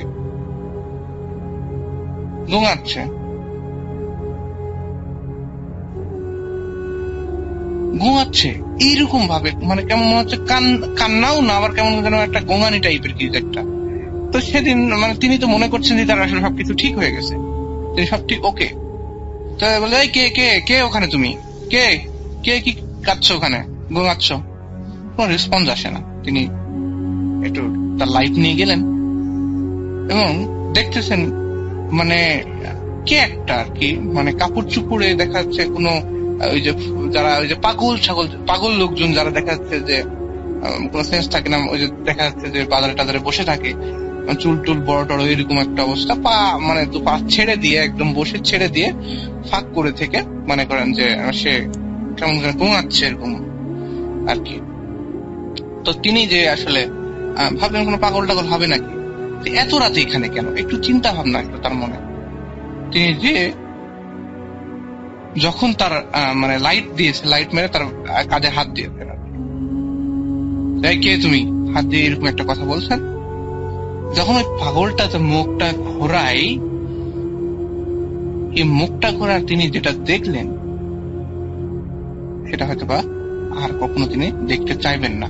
এবারও দেখলেন যে আসলে তিনি তো তাকেই দেখতেছেন, নিজেকেই দেখছেন তার মধ্যে। এবং পাগলটা মুখে হাসতেছিল এবং পাগলের মুখ চোখগুলো অনেক মনে হচ্ছে জ্বলতেছিল, মনে হচ্ছে সে খুব রেগে আছে, এরকম একটা অবস্থা। এটা দেখে তিনি স্যান্ডেল ফেলে দিয়ে দৌড় দিয়েছেন এবং দৌড় দিয়ে তিনি তিনি বাসায় যেতে মোটামুটি চিৎকার দিয়ে তিনি সেন্সলেস হয়ে যান। বাসায় ঢুকতেই পারেনি তার আগে, মানে যে অনেক পিচ্ছিল জায়গাগুলো ছিল থাকে না, ওইগুলোতে তিনি আসলে বৃষ্টি হওয়ার পরে অনেক পিচ্ছিল হয়ে গেছে, পিছলে ওপরে তিনি চিৎকার দিয়ে অজ্ঞান হয়ে গেছেন। তাকে সবাই ধরাধরি করে নিয়ে এসে তো বাসায় নিয়ে যেতে তার কাপড় টাপড় সবগুলো হয়ে গেছিল। তো আমার বোনগুলো সবকিছু পরিষ্কার করে দিয়ে নতুন কাপড় টাপড় করে দিয়ে তো তাকে মাথায় পানি টানি ঢালা শুরু করলো এবং দেখা যাচ্ছে আবারও তাকে ডাক্তারকে ফোন দেওয়া হয়, গ্রাম্য ডাক্তার যিনি ছিলেন তাকে ফোন দেওয়া হয়। তিনি এসে মোটামুটি ট্রিটমেন্ট দিয়ে তো তারপর এক সময় দেখা যাচ্ছে তার সেন্স ফিরার পরে তিনি সব ঘটনা খুলে বলেন যে এরকম কাহিনী হয়েছে। তিনি বারবার যেন তিনি নিজেকেই দেখছেন, আর এবার যেন ভয়ঙ্কর রূপে দেখছেন। এরপর আসলে তারপরে আসলে তাকে ডাক্তার আবার বলছেন তুমি আসলে ওষুধ ঠিক মতো খাও, দেখ তুমি ঠিক হয়ে যাবে। এভাবে অভয় দিয়ে তাকে ডাক্তার চলে যান। তিনি খাওয়া দাওয়া করে রোজকার মতো তিনি ঘুমিয়ে যান এবং তাকে আসলে আমার বোনেরা দেখা যাচ্ছে বলা হচ্ছে তাকে আর দোকানে আপাতত যেতে দিবেন না কিছুদিন, তাকে বাসায় রাখার জন্য করছিলেন আর কি, ফোর্স করছিলেন। তারপর তিনি ঘুমিয়ে যান। ঘুমিয়ে যেয়ে তিনি স্বপ্ন দেখেন কোন একটা কালো অবয়ব এসে বলতেছে যে তোর দিন খুব শেষ, খুব তাড়াতাড়ি তুই চলে যাবি, প্রস্তুত হ তুই, তোর দিন ঘনিয়ে আসতেছে, এরকম ভাবে কথাগুলো বলেন। বলার পরে তিনি আবারও চিৎকার দিয়ে ঘুম থেকে উঠে যান। এবার তিনি ফেসটা দেখতে পারেন না, তবে মনে হচ্ছিল মানে তিনি যতটুকু আমাকে বলেন যে কালো লোমস টাইপের, মানে চোখ মুখের মোটামুটি একদম মানে বোঝা যাচ্ছে না আর কি, তবে মানে তার চুল দিয়ে ঢাকা, এরকম একটা মানে খুবই লোমস চুল দিয়ে ঢাকা, তবে অনেকটা দেখতে তিনি যতটুকু বলছেন যে আসলে একটা মতো মানুষই, কিন্তু দেখা যাচ্ছে তার মুখ চোখটা মনে হচ্ছে অনেকটা ষাঁড়ের মতো, এরকম টাইপের আর কি কিছু একটা। তো যাই হোক, এটা আসলে মানে উনি অত্যন্ত বেশি তার আসলে ভয় পেয়ে তিনি চিৎকার দিয়ে আমার বোন আসলেই মানে এটা মানে করতে পারছে না তার স্বামীর এই অবস্থা। তো পরের দিনে তারা চিন্তা করে যে মানে তারা কোনো একটা কাছে যাবে, এটা কোনো কিছু ভালো হচ্ছে না, যেটা আমার বোন আগেই সন্দেহ করেছিল। তো তিনি চিন্তা করেন যে তিনি আসলে কোনো কাউকে করবেন, কোনো কবিরাজের সন্ধানে যাবেন। তো আমার যে দেখা যাচ্ছে আমার বোনের যে শ্বশুর, তিনি বলেন যে তার একটা পরিচিত আছে আর কি, কবিরাজ আছে, তো কবিরাজের কাছে তিনি আসলে নিয়ে যাওয়ার কথা বলে। তো আমার বোন তাকে কবিরাজের কাছে নিয়ে যায়। তো কবিরাজ কাছে নিয়ে যাওয়া হয়। তো কবিরাজ মানে 2 গ্রাম পরেই আর কি, তো যেখানে ওখানে যে কবিরাজ দেখে বুঝতে মানে ওনাকে বলেন যে তোর তো খুব সমস্যা আছে আর কি। হ্যাঁ, তো এবং বলেন যে এটার জন্য মোটা অঙ্কের টাকা তিনি দাবি করেন আর কি, যে এটা লাগবে আর কি। তো আমার বোন তো আসলে তার স্বামীর জীবনের জন্য তিনি রাজি হয়ে যান। তো বলে যে ঠিক আছে, আজকে তিনি কিছু বিষয়গুলো নেন তিনি আর কি, তার থেকে আসলে কিছু তার চুল নেন, মানে আমার দুলাভাইয়ের চুল নেন এবং তার পরিহিত একটা কাপড় নেন এবং আরো কিছু কি যেন এলিমেন্ট ছিল যেগুলো আসলে আমার বোন দিয়েছে, এটা আসলে আমার দুলাভাই বলতে পারবে না। তো আমি যদিও আমার বোনকে জিজ্ঞেস করি না বিষয়গুলো, তো আমার বোন আসলে শেয়ার করতে আমার রাজি হবে না, আমার দুলাভাই এটা আগেই বলেছে। তো যাই হোক, এগুলো দেওয়ার পরে তিনি চলে যায় এবং কালকে আসতে পারে। তো পরের দিন যেটা মানে যাওয়ার পরে ওই কবিরাজ যেটা বলে এবং যেটা শুনে তারা কখনো চিন্তা করেনি যে এরকম কিছু হতে পারে বা করতে পারে। তো যেটা বলে যে তোকে ব্ল্যাক ম্যাজিক করা হয়েছে এবং এই ব্ল্যাক ম্যাজিকে একটা ভয়ঙ্কর জিনকে চালান করা হয়েছে, যে মানুষকে আসলে ওই রূপ ধরে আসলে কি করে করে মানে ভিকটিমের রূপ ধরে এসে ভয় দেখায়, এবং 1 মাস এভাবে ভয় দেখে দেখে তাকে শুকিয়ে মেরে ফেলা হয়, এরকম টাইপের আর কি। তো যাই হোক, এটা আসলে শুনে আমার মানে বোন জিজ্ঞেস করে যে কে ব্ল্যাক মিউজিকটা করেছে আর কি, আমার কি, আমার তো স্বামী কারো কখনো ক্ষতি করে না। তো আসলে কবিরাজ বলে যে যেই করছে তোদের আপন জন করছে আর কি। তো এবং এটা খুব ভয়ঙ্কর এই জিনটা, এই জিন কিন্তু মানে খুব সহজে পিছা ছাড়বে না, এরকম একটা কথা বলা হয়। তো আমার বোন আসলে খুব কান্নাকাটি করে তাকে জিজ্ঞেস করে কে এটা করছে, কে করছে, এবং শেষ পর্যন্ত কবিরাজ আসলে বলতে চায়নি, তারপরে কবিরাজ আসলে বলতে পরে বাধ্য হয়, এবং যেটা শুনে তারপরে কখনো তারা কল্পনাও করেনি যে এরকম কেউ করতে পারে, এবং কিভাবে করেছে সেটাও বলে। তো কবিরাজ বলে যে আসলে আমার দুলা ভাইয়ের মানে সৎ ভাই আসলে তাকে মানে তার উপর একটা ওঝা দ্বারা আর কি, তান্ত্রিক দ্বারা আসলে একটা জিন চালান করেছে, ব্ল্যাক ম্যাজিক করেছে। এবং এই ব্ল্যাক ম্যাজিকটা আসলে যেটা করে হয়েছে যে মানে আমার দোলা ভাইকে তখন বলে যে তুই কি কিছুদিন আগে তোর ভাই তোকে কি সিগারেট খাওয়াইছিল, মানে আমার ভাইকে মানে দোলা ভাইকে আসলে ও একটা সিগারেট দিয়েছিল কিছুদিন আগে, 2 সপ্তাহ আগের ঘটনা। চলে যায় আমরা পিছনে যে দেখা যাচ্ছে যে সেখানে আমার দোলা ভাইকে আমার ওই তারই আর কি সৎ ভাই, তবে আমার দোলা ভাই নিজের ভাইয়ের মতোই, বড় ভাইয়ের মতোই তাকে খুব ভালোবাসতেন। তো আমার মানে দোলা ভাইয়ের আর কি মানে আগে মানে দোলা ভাইয়ের বাবার আর কি তার বাবার আর কি আগের একটা বউ ছিল, বউ মারা যায়, এবং তারপরে তিনি আসলে পরে একটা বিয়ে করেন, যেখান থেকে আমার দোলা ভাই হয়। একটাই ছেলে, ওই মানে ওয়াইফেরও একটা ছেলে, আমার দেখা যাচ্ছে যে এই ওয়াইফের একটাই ছেলে। তো যাই হোক মানে ওই তাকে আসলে ওই সিগারেটের মধ্যে তাকে আসলে ব্ল্যাক ম্যাজিকের যে এলিমেন্টস গুলো হয় সেগুলো আসলে দেওয়া হয়েছিল, দিয়ে তাকে আসলে সিগারেটটা আসলে খাওয়ানো হয়। আমার দুলা ভাইকে তার ভাই খাওয়াইছে আর কি, সৎ ভাই খাওয়াইছিল, খাইয়া ব্ল্যাক ম্যাজিক করা হয় আর কি। তো এটার মধ্যে তো বলে যে এটা আমি করব, তবে একটু সময় লাগবে, চেয়ে বসে আর কি। তো যেহেতু আসলে আমার বোন খুব জোরাজোরি করে বলে যে তাড়াতাড়ি করেন, আমার স্বামীর তো মানে দিন দিন মানে সে শুকিয়ে যাচ্ছে, তাকে খাইতে পারছে না, তা এবং সে ঘুমের মধ্যে ঘুমাতে পারে না, জেগে থাকে, চিৎকার দেয় ঘুমের মধ্যে। তো এইসব কথা বলে। তো এইসব কথা বলার পর আসলে বলছে ঠিক আছে আমি করবো আর কি, কালকে আবার নিয়ে আসিস। তো কালকে নিয়ে আসে। কালকে নিয়ে আসার পরে যেটা হয় যে তাকে আমার বোন বাইরে ছিল, তো ঘরের মধ্যে নিয়ে আসলে কি যেন রিচুয়াল করে, সেই রিচুয়ালের কথা আসলে আমার দুলা ভাইও বলতে পারবে না এমন একটা।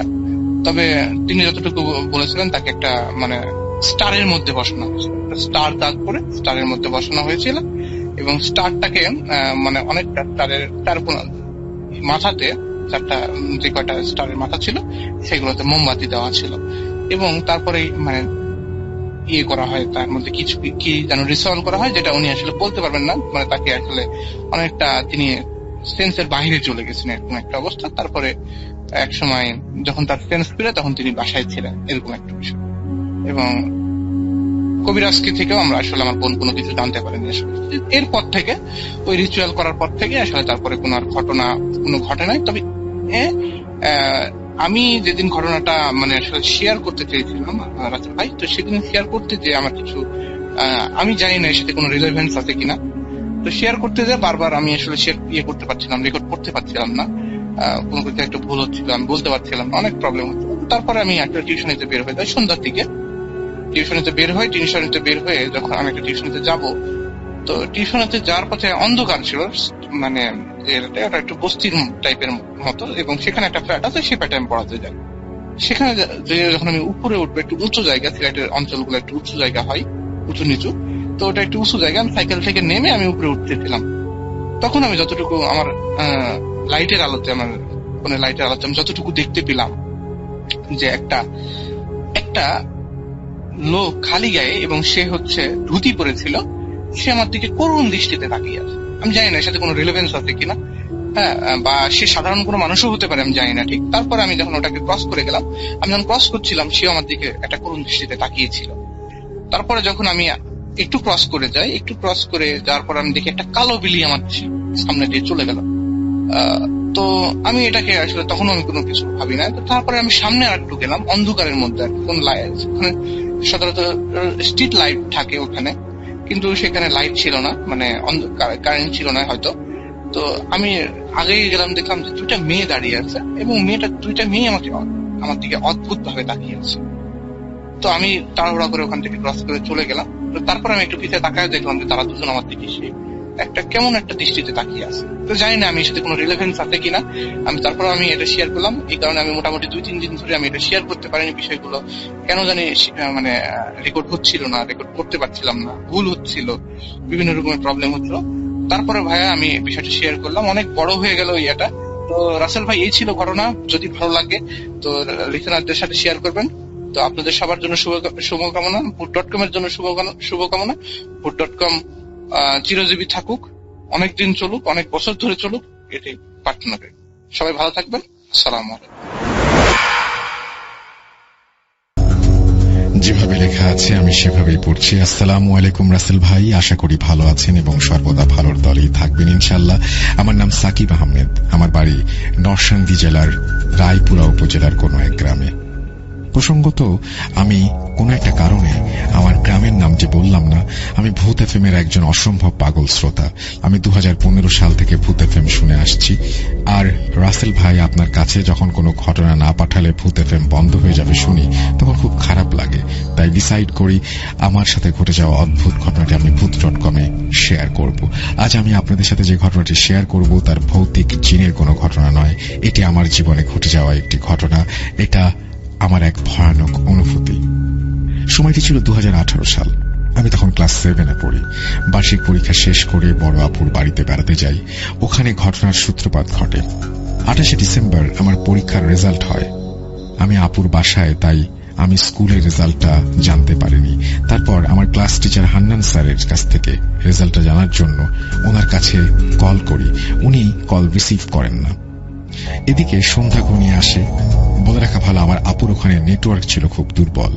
তাই নেটওয়ার্কের জন্য আপুর বাইরের পেছনে বাঁশঝাড়ের সাথে একটা কাঁঠাল বাগান ছিল, সেখানে থেকে স্যারের সাথে কথা বলতে চলে যাই। যেহেতু স্যার আমার কলটি রিসিভ করছে না, তাই আমি আতিক স্যারকে কল করে বললাম, হান্নান স্যার আমার কল রিসিভ করছে না, যদি দয়া করে স্যারের কাছে কল করা যায়, আমার রেজাল্টের কথাটা জানাতেন, তবে খুব উপকৃত হতাম। আতিক স্যার বলল, আচ্ছা অপেক্ষা করো, আমি জেনে তোমাকে জানাচ্ছি। পরে স্যারের কলের আশা করছিলাম। হঠাৎ আমার পেছন দিকে কে যেন আমাকে ঘাড়ের মধ্যে একটা আঘাত করলো। পেছনে ফিরে দেখি কেউ নেই। আমি খুব ভয় পেয়েছিলাম ঠিকই, কিন্তু স্যার কল করলো এবং বলল, তুমি ক্লাসে সেকেন্ড হয়েছ। আনন্দে আমি দৌড় দিয়ে আপুকে বলতে যাই। তখন অন্ধকার নেমে আসছে। আমার মাথাটা খুব ভারী ভারী লাগছিল। তারপর গিয়ে দেখি আপু সেলাই মেশিন দিয়ে কি যেন সেলাই করছে। আপুকে বললাম, আমার রেজাল্ট হয়েছে, আমার রোল 2। আপু বলল, তাহলে তো খুব খুশির খবর। রাসেল ভাই, ওখান থেকে ঘটনার সূত্রপাত ঘটে। পরে রাতের খাবার খেয়ে ঘুমাতে যাব, ঠিক তখনই দুলাভাই বলছে, কিরে কোথায় ঘুমাবি, আমাদের সাথে নাকি বারান্দার রুমে? আমি বললাম, বারান্দার রুমে ঘুমাবো। বলে রাখা ভালো, ওই 2 দিন দুলাভাইয়ের দিনের ডিউটি ছিল, তাই রাতে বাসায় ঘুমাবে। আর আমি যখন বেড়াতে আসি তখন দুলাভাইয়ের নাইট ডিউটি ছিল, তাই রাতে আপুর সাথে ঘুমাতাম আমি। দুলাভাই নরসিংদীর কাদির মোল্লার আদুরি জুট মিলসের সুপারভাইজার পদে নিযুক্ত ছিলেন। যেহেতু আমি রাতে বারান্দার রুমে একা ঘুমাবো, তখন আমার ভাগনা জুনায়েদ, তখন 4-5 বছর বয়স ছিল, আমি তাকে বললাম, জুনায়েদ, মামার সাথে ঘুমাবি রাতে? জবাবে সে বলল, না, আমি তোমার সাথে ঘুমাবো না। ভাই বলল, ভয় কিসের, ভয় পাস না, রাতে রুমের দরজা খুলে ঘুমাস, ভয় পেলে আমাকে ডাক দিস। পরে বাধ্য হয়ে একাই বারান্দার রুমে ঘুমাতে যাই। যেহেতু ডিসেম্বর মাসের শেষ দিক, তাই ওই সময়টা রাতে হালকা শীত করত। আমি ঘরের ফ্যানের স্পিড কমিয়ে ফ্যানটি অন করে দোয়া পড়ে কম্বল নিয়ে শুয়ে পড়লাম। রাতে হঠাৎ একটা বিকট আওয়াজে আমার ঘুম ভেঙে যায়। আমি খুব ঘাবড়ে গিয়েছিলাম, জানি না শব্দটা কিসের ছিল। আমি সাহস করে বাইরে বেরোতে যাব। বাইরে বের হতেই দেখি আমার বিয়াই উঠোনে থাকা একটা বেল গাছের নিচে দাঁড়িয়ে আছে। তো আমি কিছু মনে করিনি। আমি আমার মতো করে আবারও রুমে ফিরে আসতে যাব। এমন সময় বললাম, আজিজ ভাই, এত রাতে বেল গাছের নিচে কি করেন? কোনো সারা শব্দ নেই। আর চারিদিকটা কেমন যেন ঝিমঝিম করছে। ঝিঝি পোকা ডাকলে যেমন শব্দ হয়, সেই রকম একটি শব্দ আমার কানে আসছে। সত্যিই অবয়বটিকে আমার বিয়াই নাকি অন্য কিছু? পরে আমি রুমে চলে যাই। যেহেতু দুলাভাই বলেছে যে রুমের দরজা না লাগিয়ে ঘুমাতে, আমি দরজা চাপিয়ে শুয়ে পড়ি। কিছুক্ষণ পর আমার চোখে হালকা ঘুম ভাব আসে, আর তখনই শব্দটা শুনতে পাই। আমি শুনছি ওইখানে কে আমার পায়ের কাছে এসে বসেছে। যেহেতু আমার রুমের খাটটা ছিল স্টিলের, তাই আমি খুব ভালো করে বুঝতে পারি ওখানে কারো উপস্থিতি। কি যেন ফিসফিস করে বলছে, আমি কিছুই বুঝতে পারলাম না। ফিসফিসের শব্দটি আমার কানে আসছে।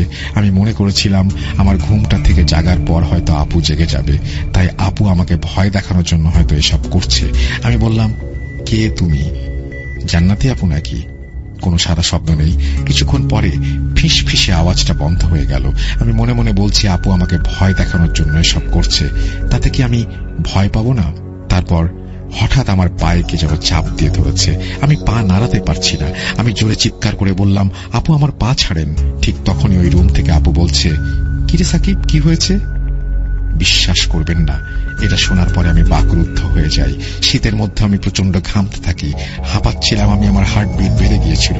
আমি যে আপুকে চিৎকার করে ডাক দেব এই শক্তিটি পর্যন্ত আমার ছিল না। আমি ভাবছিলাম যে আপু যদি ওই রুমে হয় তাহলে এটা কে? তখন আমি চিৎকার করে দুলাভাইকে ডাক দেই। ভাই সাথে সাথে ঘুম থেকে উঠে আমার রুমে চলে আসে এবং বাতি জ্বালিয়ে দেখে রুমে কেউ নেই। পরে রাতে আমি ওই রুমে যাই আপুর সাথে ঘুমাতে। পরের দিন সকালে ঘটনাটি সবাইকে খুলে বলি এবং আমার বিআই শুনে বলে, কই না তো, আমি অত রাতে বাইরে বের হব কেন?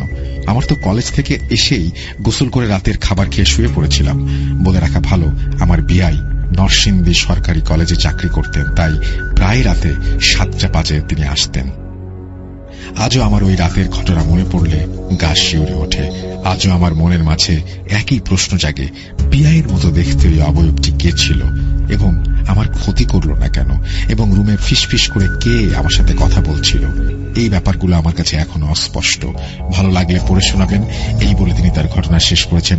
থ্যাংক ইউ ভেরি মাচ আপনার ঘটনার জন্য। আশা করছি এই ঘটনাটি আপনাদের ভালো লেগেছে। যদি ভালো লাগে অবশ্যই আমাদের জানাবেন। আমরা চলে যাব আমাদের পরবর্তী ঘটনায়। হ্যালো, আসসালামু আলাইকুম রাসেল ভাই এবং প্রিয় লিসেনার্স। আশা করি সবাই ভালো আছেন, সবাই ভালোর দোলে থাকেন। আলহামদুলিল্লাহ আমি অনেক ভালো আছি। তো আমি আজকে একটা ঘটনা বলতে যাচ্ছি। এটা আমার গ্রামে ঘটনাটা ঘটছিল। এটা আমি আমার আম্মুর থেকে শুনছি। আর boat.com এ আমি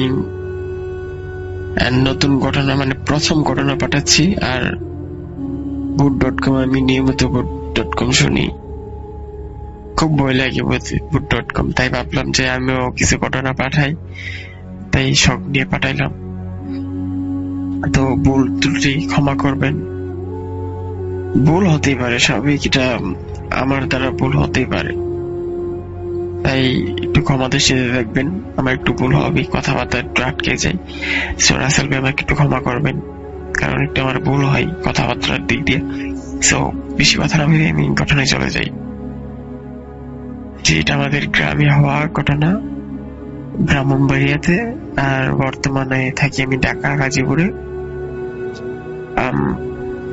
আমার আম্মুর মুখ থেকে ঘটনাটা শুনলাম, অনেক আগের ঘটনা।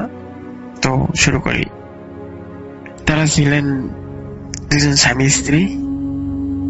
সো তারা পালিয়ে বিয়ে করে।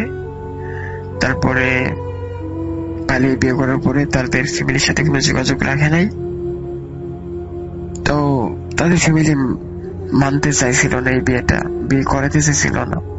তারপরে রাসেল ভাই ওরা অনেক দূরে চলে গেছে। সো দূরে, আর এটা তো আবার অনেক আগের ঘটনা। সো তার জন্য আবার ওরা অনেক দূরে চলে গেছে। এটা তো না আগের ঘটনা, আগে তো কারেন্ট ছিল না, ঘরবাড়ি তেমন ছিল না। একটা অনেক ফাঁকা জায়গায়, নীরব জায়গায় গেছিল। আশেপাশে খালি জঙ্গল আর জঙ্গল, খালি বাঁশ গাছ এরকম ইত্যাদি জঙ্গল। তো রাসেল ভাই তারপর কি হয়েছে, তাদের একটা ছেলে হয়েছিল, ছেলে সন্তান হয়েছিল। তো হঠাৎ করে লোকটার মৃত্যু হয়, হার্ট অ্যাটাক করে মৃত্যু হয়। তো ওই মহিলা কান্না করতেছে, আবার তার ছেলে ছিল অনেক ছোট। তেমন কিছু বোঝে না, হাঁটতে পারে বাট অনেক ছোট আর কি, 2-3 এরকম কিছু হবে, 2-3 বছর এরকম বয়স হবে। তো তো কান্না করতেছে, কেউ তো হেল্প করার মতো নাই, কে লাশ কবর দিবে, আশেপাশে তো মানে তেমন কেউ নাই, যে তেমন বলতে আপন তো কেউ নাই যে তাদেরকে হেল্প করবে আজকে রাত্রে, বা এরকম কেউ নাই। তাই কান্না করতেছে। পরে হঠাৎ একজন দরজায় টোকা দিল, বলতেছে, ভাবি দরজাটা মেলেন। তারপরে উনি বলতেছে যে আপনি কে? আবার উনি বলতেছে যে আমি আপনার স্বামীর বন্ধু ছিলাম আগে, দরজাটা মেলেন। তো উনি তো ভয় পেয়ে যেতেছে যে কিসের বন্ধু ছিল আগে। আপনি পরিচয় দেন, পরে দরজা মেলবো।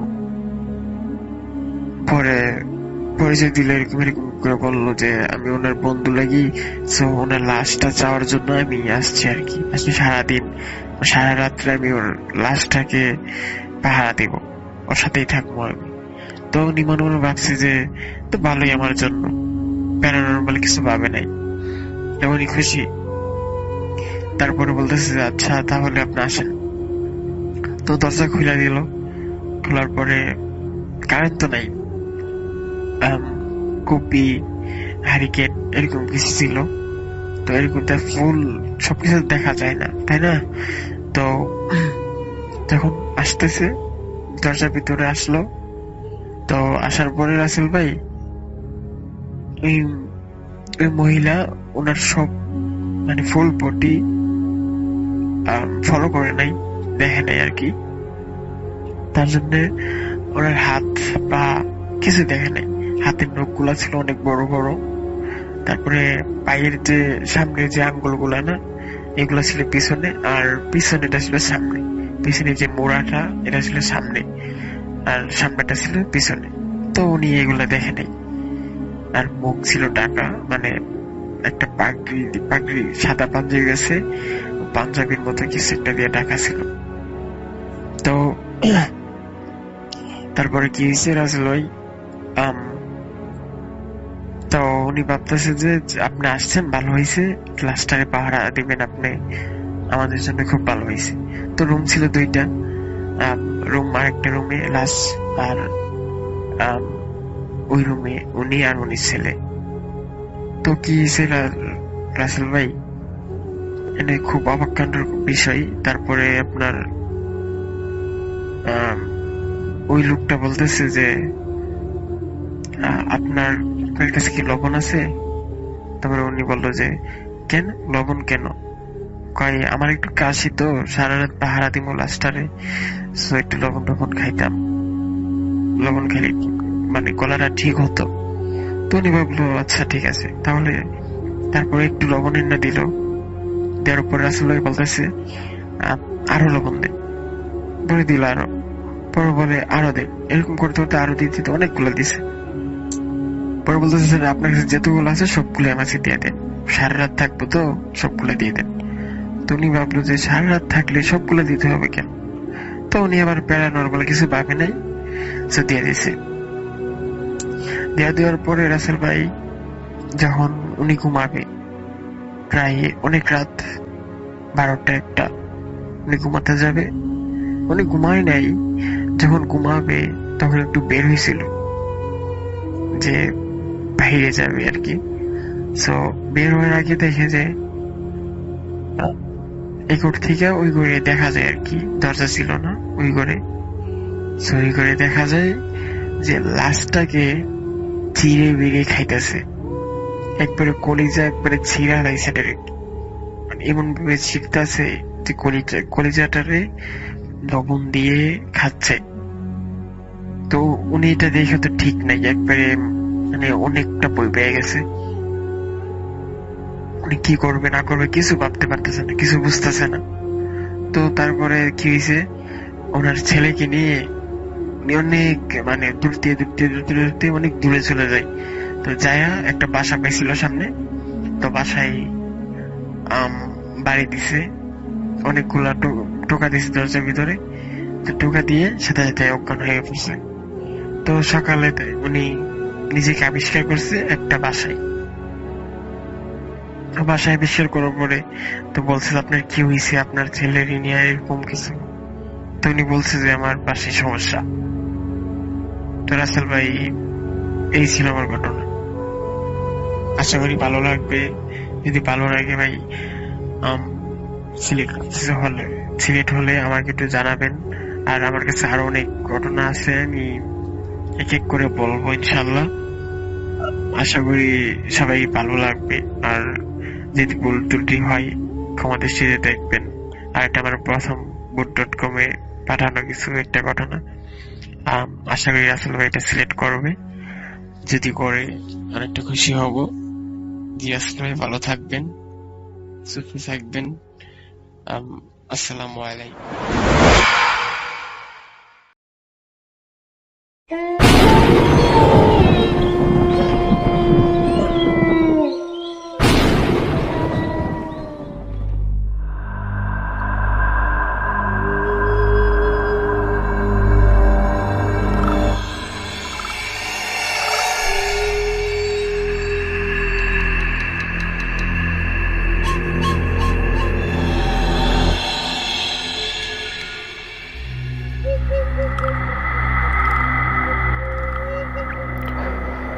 আসসালামু আলাইকুম প্রিয় লিসেনার্স, স্বাগত জানাচ্ছি অদৃশ্য শক্তির আরো একটি নতুন এপিসোডে।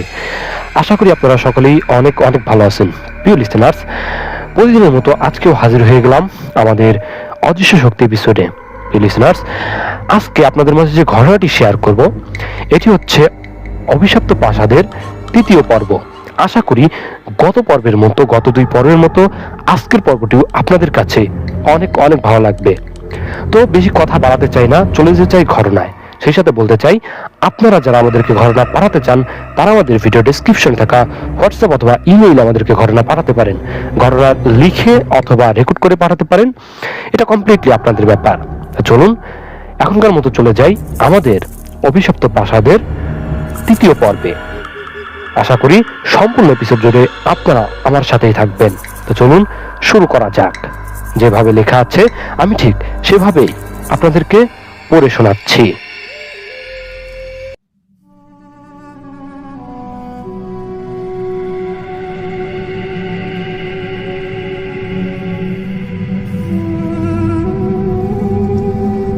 আসসালামু আলাইকুম মেহেদী ভাই, কেমন আছেন আপনি? আশা করি আপনি ভালো আছেন। মেহেদী ভাই, আমি তানজিলুর রহমান খান। মেহেদী ভাই, গত দুই পর্বে আমি অভিশপ্ত প্রাসাদের দুটি পর্ব দিয়েছি, যেটি আশা করি আপনার এবং লিসেনার্স বন্ধুদের কাছে অনেক ভালো লেগেছে। তাই আজকে অভিশপ্ত প্রাসাদের তৃতীয় পর্ব নিয়ে আবারও হাজির হলাম।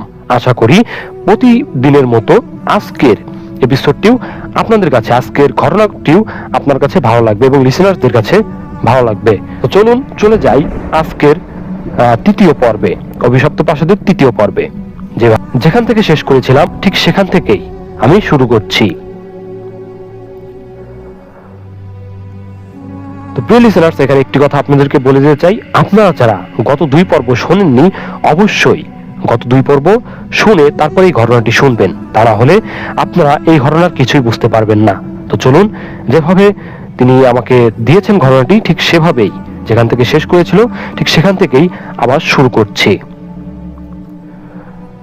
পরের দিন সকালে রাজা রাজদরবারে আসলেন না।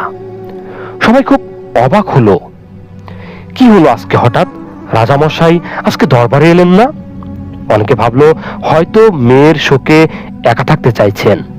ছেলে রামচরণ দেখতে গেলেন কেন তার বাবা আজ উপস্থিত নয়। দরজায় কয়েকবার কড়া নেড়ে ডাকলেও ভেতর থেকে কোনো আওয়াজ আসে না। তার মনে সন্দেহের সৃষ্টি হয়। সে কয়েকবার বাবা বাবা বলে ডাক দেয়, কিন্তু ভেতর থেকে কোনো সাড়া শব্দ পাওয়া যায় না। সে প্রহরীদের দরজা ভাঙবার নির্দেশ দেন। দরজা ভাঙার পর সে রুমে ঢুকে মুখের ভাষা হারিয়ে ফেলল। সে দেখল তার বাবা রাজা রামায়ণচন্দ্র বিছানায় শুয়ে আছে, তার দিকে তাকিয়ে। তার চোখ দিয়ে অজস্রে পানি পড়ছে, তার এক হাত বেঁকে আছে, পুরো শরীর নিথর হয়ে পড়ে আছে, কিন্তু সে জীবিত এ যেন জীবিত হয়েও মৃত। সে ছেলেকে আগাম বিপদ থেকে বাঁচানোর জন্য কথা বলতে চাচ্ছে অনেক, কিন্তু গঙ্গানি ছাড়া মুখ দিয়ে কিছুই বের হচ্ছে না।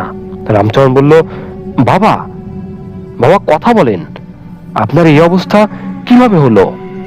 কিন্তু তার মুখ দিয়ে কোনো শব্দ বের হচ্ছে না, তার চোখ দিয়ে শুধু পানি ঝরছে। রাজা কেবল তার দিকে তাকিয়ে কান্না করতেছে, কিন্তু কিছুই তার করার নেই। রাজবৈদ্যকে দ্রুত ডেকে আনা হলো। সে এসে সবকিছু পরীক্ষা করে রামচরণকে বললেন, রাজার অবস্থা খুব ভালো না, ওনার পুরো শরীর অবশ হয়ে গেছে, শুধু ওনার চেতনাটুকু আছে। উনি সব দেখতে পারবেন, শুনতে পারবেন, কিন্তু কিছু বলতে, করতে অথবা নড়তে পারবেন না। এসব শুনে রামচরণ বলল, তবে আমরা এখন কি করতে পারি রাজবৈদ্য? রাজবৈদ্য বলল, এখন আর কিছুই করার নেই, যা হওয়ার তা হয়ে গিয়েছে, বাকিটা ভগবানের ইচ্ছে। বলেই সে চলে গেল। একটু পরেই রাজ্যের মন্ত্রী রামচরণের কাছে আসলো। এসে তাকে বলল, রাজপুত্র, আপনি একটু আমার সাথে আড়ালে আসুন, আপনার সাথে কিছু দরকারি কথা আছে। রামচরণ রাজ্যের মন্ত্রীর সাথে দেয়ালের ওপাশে যেতেই মন্ত্রী বলা শুরু করলো, বেয়াদবি মাফ করবেন রাজপুত্র, তবে রাজ্যের একজন রাজার খুবই দরকার, আর এই মুহূর্তে রাজা রামায়ণচন্দ্রের এই অবস্থায়, রাজ্য শাসন করার মতো অবস্থায় তিনি নেই। অতএব ওনার একমাত্র উত্তরাধিকারী হিসেবে আপনি রাজ্যের রাজা হবেন, আর তা খুব জলদি করা উচিত, কেননা রাজাবিহীন রাজ্য কোনোভাবেই চলতে পারে না। রামচরণ বলতে শুরু করলো, আপনি ঠিক কথাই বলেছেন মন্ত্রী, আমি বাবার অসুস্থতার ব্যাপারটা একদম ভুলেই গিয়েছিলাম। আপনি আগামীকাল আমার রাজ্য অভিষেকের অনুষ্ঠানের ব্যবস্থা করুন, কালকের মধ্যে আমি রাজা হব, এ রাজ্যে পাবেন নতুন এক রাজা। মন্ত্রী সব কথা শুনে হ্যাবোধক ইশারা দিয়ে চলে গেল। সে পুনরায় তার বাবা রাজা রামায়ণচন্দ্রের কক্ষে গিয়ে রাজাকে বলল, বাবা আপনি চিন্তা করবেন না, আপনার অবর্তমানে আমি রাজ্য খুব ভালোভাবেই সামলাতে পারবো, আমার জন্য মন থেকে আশীর্বাদ করবেন। রাজা বারবার তার ছেলেকে বোঝাতে চাচ্ছিলেন যে সে স্বপ্নে যে বিপদটা দেখেছিলেন, কিন্তু তিনি কোনোভাবেই তা পারছিলেন না, তার চোখ দিয়ে কেবল পানি ঝরছিল। রাজাকে দেখানোর জন্য প্রহরীদেরকে ভালো রকম ভাবে আদেশ দিলেন রাজ্যের অভিষেককৃত নতুন রাজা রামায়ণচন্দ্রের একমাত্র উত্তরাধিকারী রাজপুত্র রামচরণ। পরের দিন খুব ধুমধামের সাথে রাজপুত্র রামচরণের রাজ্য অভিষেক করা হলো। সে বনে গেল রাজ্যের নতুন রাজা। রাজত্ব পেয়েই সে যেন তার বাবার করা কুকৃতির সীমারেখাকে আরো ছড়িয়ে নিয়ে গেল। রাজ্যের রাজার আসনে বসতেই সে যেন এক ভয়ানক পৈশাচিক রূপ ধারণ করলো। সেদিনই সে রাজ্যের প্রজাদের জন্য নতুন কিছু বিধিনিষেধ এবং নতুন কিছু সংবিধান করে দিলেন, যার পরিণতি ছিল কেবল শুধু তার নিজের লাভ। প্রজাদের শস্য কর বাড়িয়ে দিলেন, রাজ্যের বাজারে দোকানের শুল্ক কর বাড়িয়ে দিলেন। রাজ্যের প্রজাদের প্রতি খুবই নির্মমতার সাথে তাদের অত্যাচার করতে লাগলেন। তার এই অত্যাচারে অনেক প্রজা বাধ্য হয়ে সবকিছুই হারিয়ে আত্মহত্যার পথ বেছে নেয়। কিছুদিন পর এক রাতে রাজা আবারও স্বপ্নে দেখলেন যে দেবীরূপী সেই অশরীরটি তাকে বলছে, তোর ছেলের মৃত্যু খুব দ্রুত ঘনিয়ে আসছে, তাকে খুবই বাজে ভাবে মারা হবে, ঠিক যেমন তোকে তার কাটা মাথা দিয়েছিলাম, ঠিক সেভাবেই তাকে অনেক কষ্ট দিয়ে হত্যা করব আমি, কিন্তু তুই কিছুই করতে পারবি না। এই বলেই সে অশরীরটি খুবই বাজেভাবে হাসতে শুরু করলো। রাজা ঘুমের মধ্যেই প্রচন্ড ঘেমে গিয়েছেন। হঠাৎ তার ঘুম ভেঙে যায়। সে রুমে একা ঘুটঘুটে অন্ধকার, কেউ নেই তার সাথে, কাউকে ডেকে কিছু বলার ক্ষমতাও তার এখন আর নেই। তার স্বপ্ন দেখা ঠিক সেদিন রাতেই। গভীর রাতে হঠাৎ করে নতুন রাজা রামচরণের ঘুম অদ্ভুতভাবে ভেঙে যায়। সে দেখে তার ঘরে কোনো কিছুর একটা আলো একবার এদিক যাচ্ছে, আরেকবার ওদিক যাচ্ছে। সে বলে ওঠে, এই কে রে, এত রাতে আমার সাথে ফাজলামি করতেছিস? ধরতে পারলে কিন্তু একদম শুলে চড়াবো। কিন্তু কোনো সারা শব্দ পাওয়া যায় না। আলোটা একটু পর তার দিকে এগোতে থাকে। আলোটা যত দ্রুত কাছে আসছে সে দেখতে পাচ্ছে আলোটা ঠিক পেছনে অবয়বের মতো কিছু একটা সেটার সাথে সাথে আসছে। রামচরণ ভয় পেয়ে গেলেও নিজের হুঁশ হারায়নি। সে ভেবে বসে হয়তো কোনো চোর তার রুমে ঢুকেছে কিছু মূল্যবান জিনিস চুরি করার জন্য। আলোটা তার কাছে আসতেই সে দেখে এটা একটা মাথা কাটা মাথা। ঠিক যেভাবে কেউ একটা হারিকেন ধরে রাখে সেভাবেই এই মাথাটির চুল ধরে রাখা হয়েছে, আর সেটি রেখেছে সেই পেছনে থাকা অবয়বটি। কাটা মাথা দেখে এবার রামচরণ অনেকটাই ভয় পেয়ে যায়। সে চিৎকার করে বলে ওঠে, এই তুই কে? তুই কি চাস আমার কাছে? তখন সামনে থেকে অসহ্যটি বলে ওঠে, আমি তোর মরণ, আমি এসেছি তোর মাথা কেটে নিতে। কথাটি শুনে রামচরণ দ্রুত বিছানা থেকে নেমে যায়। সে দরজার কাছে গিয়ে দরজা খোলার চেষ্টা করে, কিন্তু কোনোভাবেই সে দরজা খুলতে পারে না। সে দরজার মধ্যে অনেক জোরে লাথি দিতে থাকে এবং তার গার্ডে থাকা প্রহরীদেরকে ডাকতে থাকে, কিন্তু কেউই সাড়া দেয় না। সে পেছনে ঘুরে দেখে অবয়বটি তার দিকে এগোচ্ছে। সে দ্রুত সেখান থেকে পালিয়ে যাওয়ার চেষ্টা করে, কিন্তু তার ঘরের দরজা জানালা সব বন্ধ থাকায় সে কোথাও যেতে পারে না। সে আত্মাটি ধীরে ধীরে ধারে কাছে আসে। রামচরণ তখন তার কাছে আকুতি মিনতি করতে থাকে, কান্না করতে করতে তার কাছে মাপ চাইতে থাকে এবং সে জানতে চায় তার সাথে এটা কেন করা হচ্ছে বা কে এটা করছে। আত্মাটি বলে, তোকে মারার আগে আমি সব বলবো, কিন্তু তোর মরণ আজ নিশ্চিত হবে। তোর বাবাকে পুরো শরীর অবশ করে রেখেছি আমি। তাকে আমি জানিয়েছি অনেক আগে যে আমি তোর মাথা কেটে তোকে হত্যা করব, কিন্তু দেখ সে কিন্তু তোকে একটিবারও জানাতে পারেনি, কারণ আমি তার সেই ক্ষমতা ছিনিয়ে নিয়েছি। এরপর আত্মাটি বলে ওঠে, তবে শোন, আমি কে? আমি হচ্ছি সে যাকে তুই তার বোনের সাথে ভালোবাসার বন্ধনে আবদ্ধ হওয়ার কারণে ধোঁকা দিয়ে আগুনে পুড়িয়ে কুকুর দিয়ে খাইয়েছিলি। মনে পড়েছে? রাজা রামচরণ তার কাছে আকুতি মিনতি করে আরো মাপ চাইতে থাকে। সে তার ভুল স্বীকার করে কান্নায় ভেঙে পড়ে। তার কাছে সে বলে, আমাকে মাফ করে দাও, আমি ভুল করে ফেলেছি, অনেক বড়, আমাকে মেরো না, আমাকে ক্ষমা করো দয়া করে। কিন্তু আত্মাটি হেসে বলে, তোর কোনো ক্ষমা নেই, তোকে আজ মরতেই হবে। তবে মরার আগে আমি তোকে বলবো ঠিক কেন আজ তোদের সাথে এটা হচ্ছে। এরপর আত্মাটি রামচরণকে বলতে শুরু করলো, যেদিন তুই আমাকে আগুনে পুড়িয়ে মেরে কুকুর দিয়ে খাইয়েছিলি, ঠিক সেদিনই রাতে আমার বাবা আমার পায়ের একটি হাড় কুকুরের থেকে ছিনিয়ে নিয়ে আসছিল। পরবর্তীতে বাবা এক পরিচিত বড় তান্ত্রিকের কাছে যায় সাহায্যের জন্য। সেখানে গিয়ে বাবা আমার ব্যবহৃত কাপড়, আমার ব্যবহৃত জিনিস এবং আমার পায়ের সেই হাড় দিয়ে তান্ত্রিককে বলে যে এমন এক কালো জাদু করতে, যে কালো জাদুর রূপ খুবই ভয়ানক হবে, আর সেই কালো জাদুর দাপটে তোদের মৃত্যু হবে এবং খুবই করুণ অবস্থায়, খুবই বাজে ভাবে।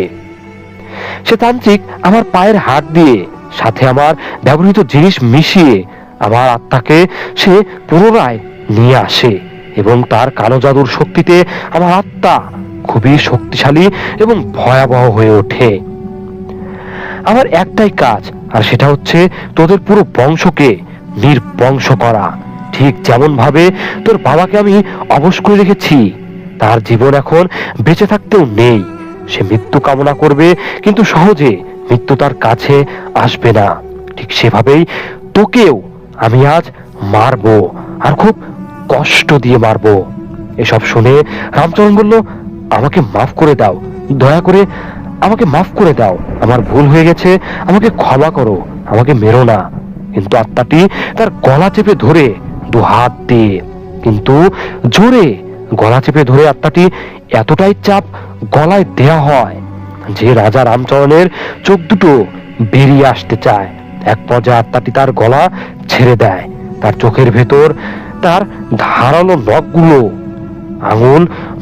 নখলা আঙুলগুলো ঢুকিয়ে দেয় এবং চোখটা ভেতর থেকে খাবলে নিয়ে বের করে ফেলে।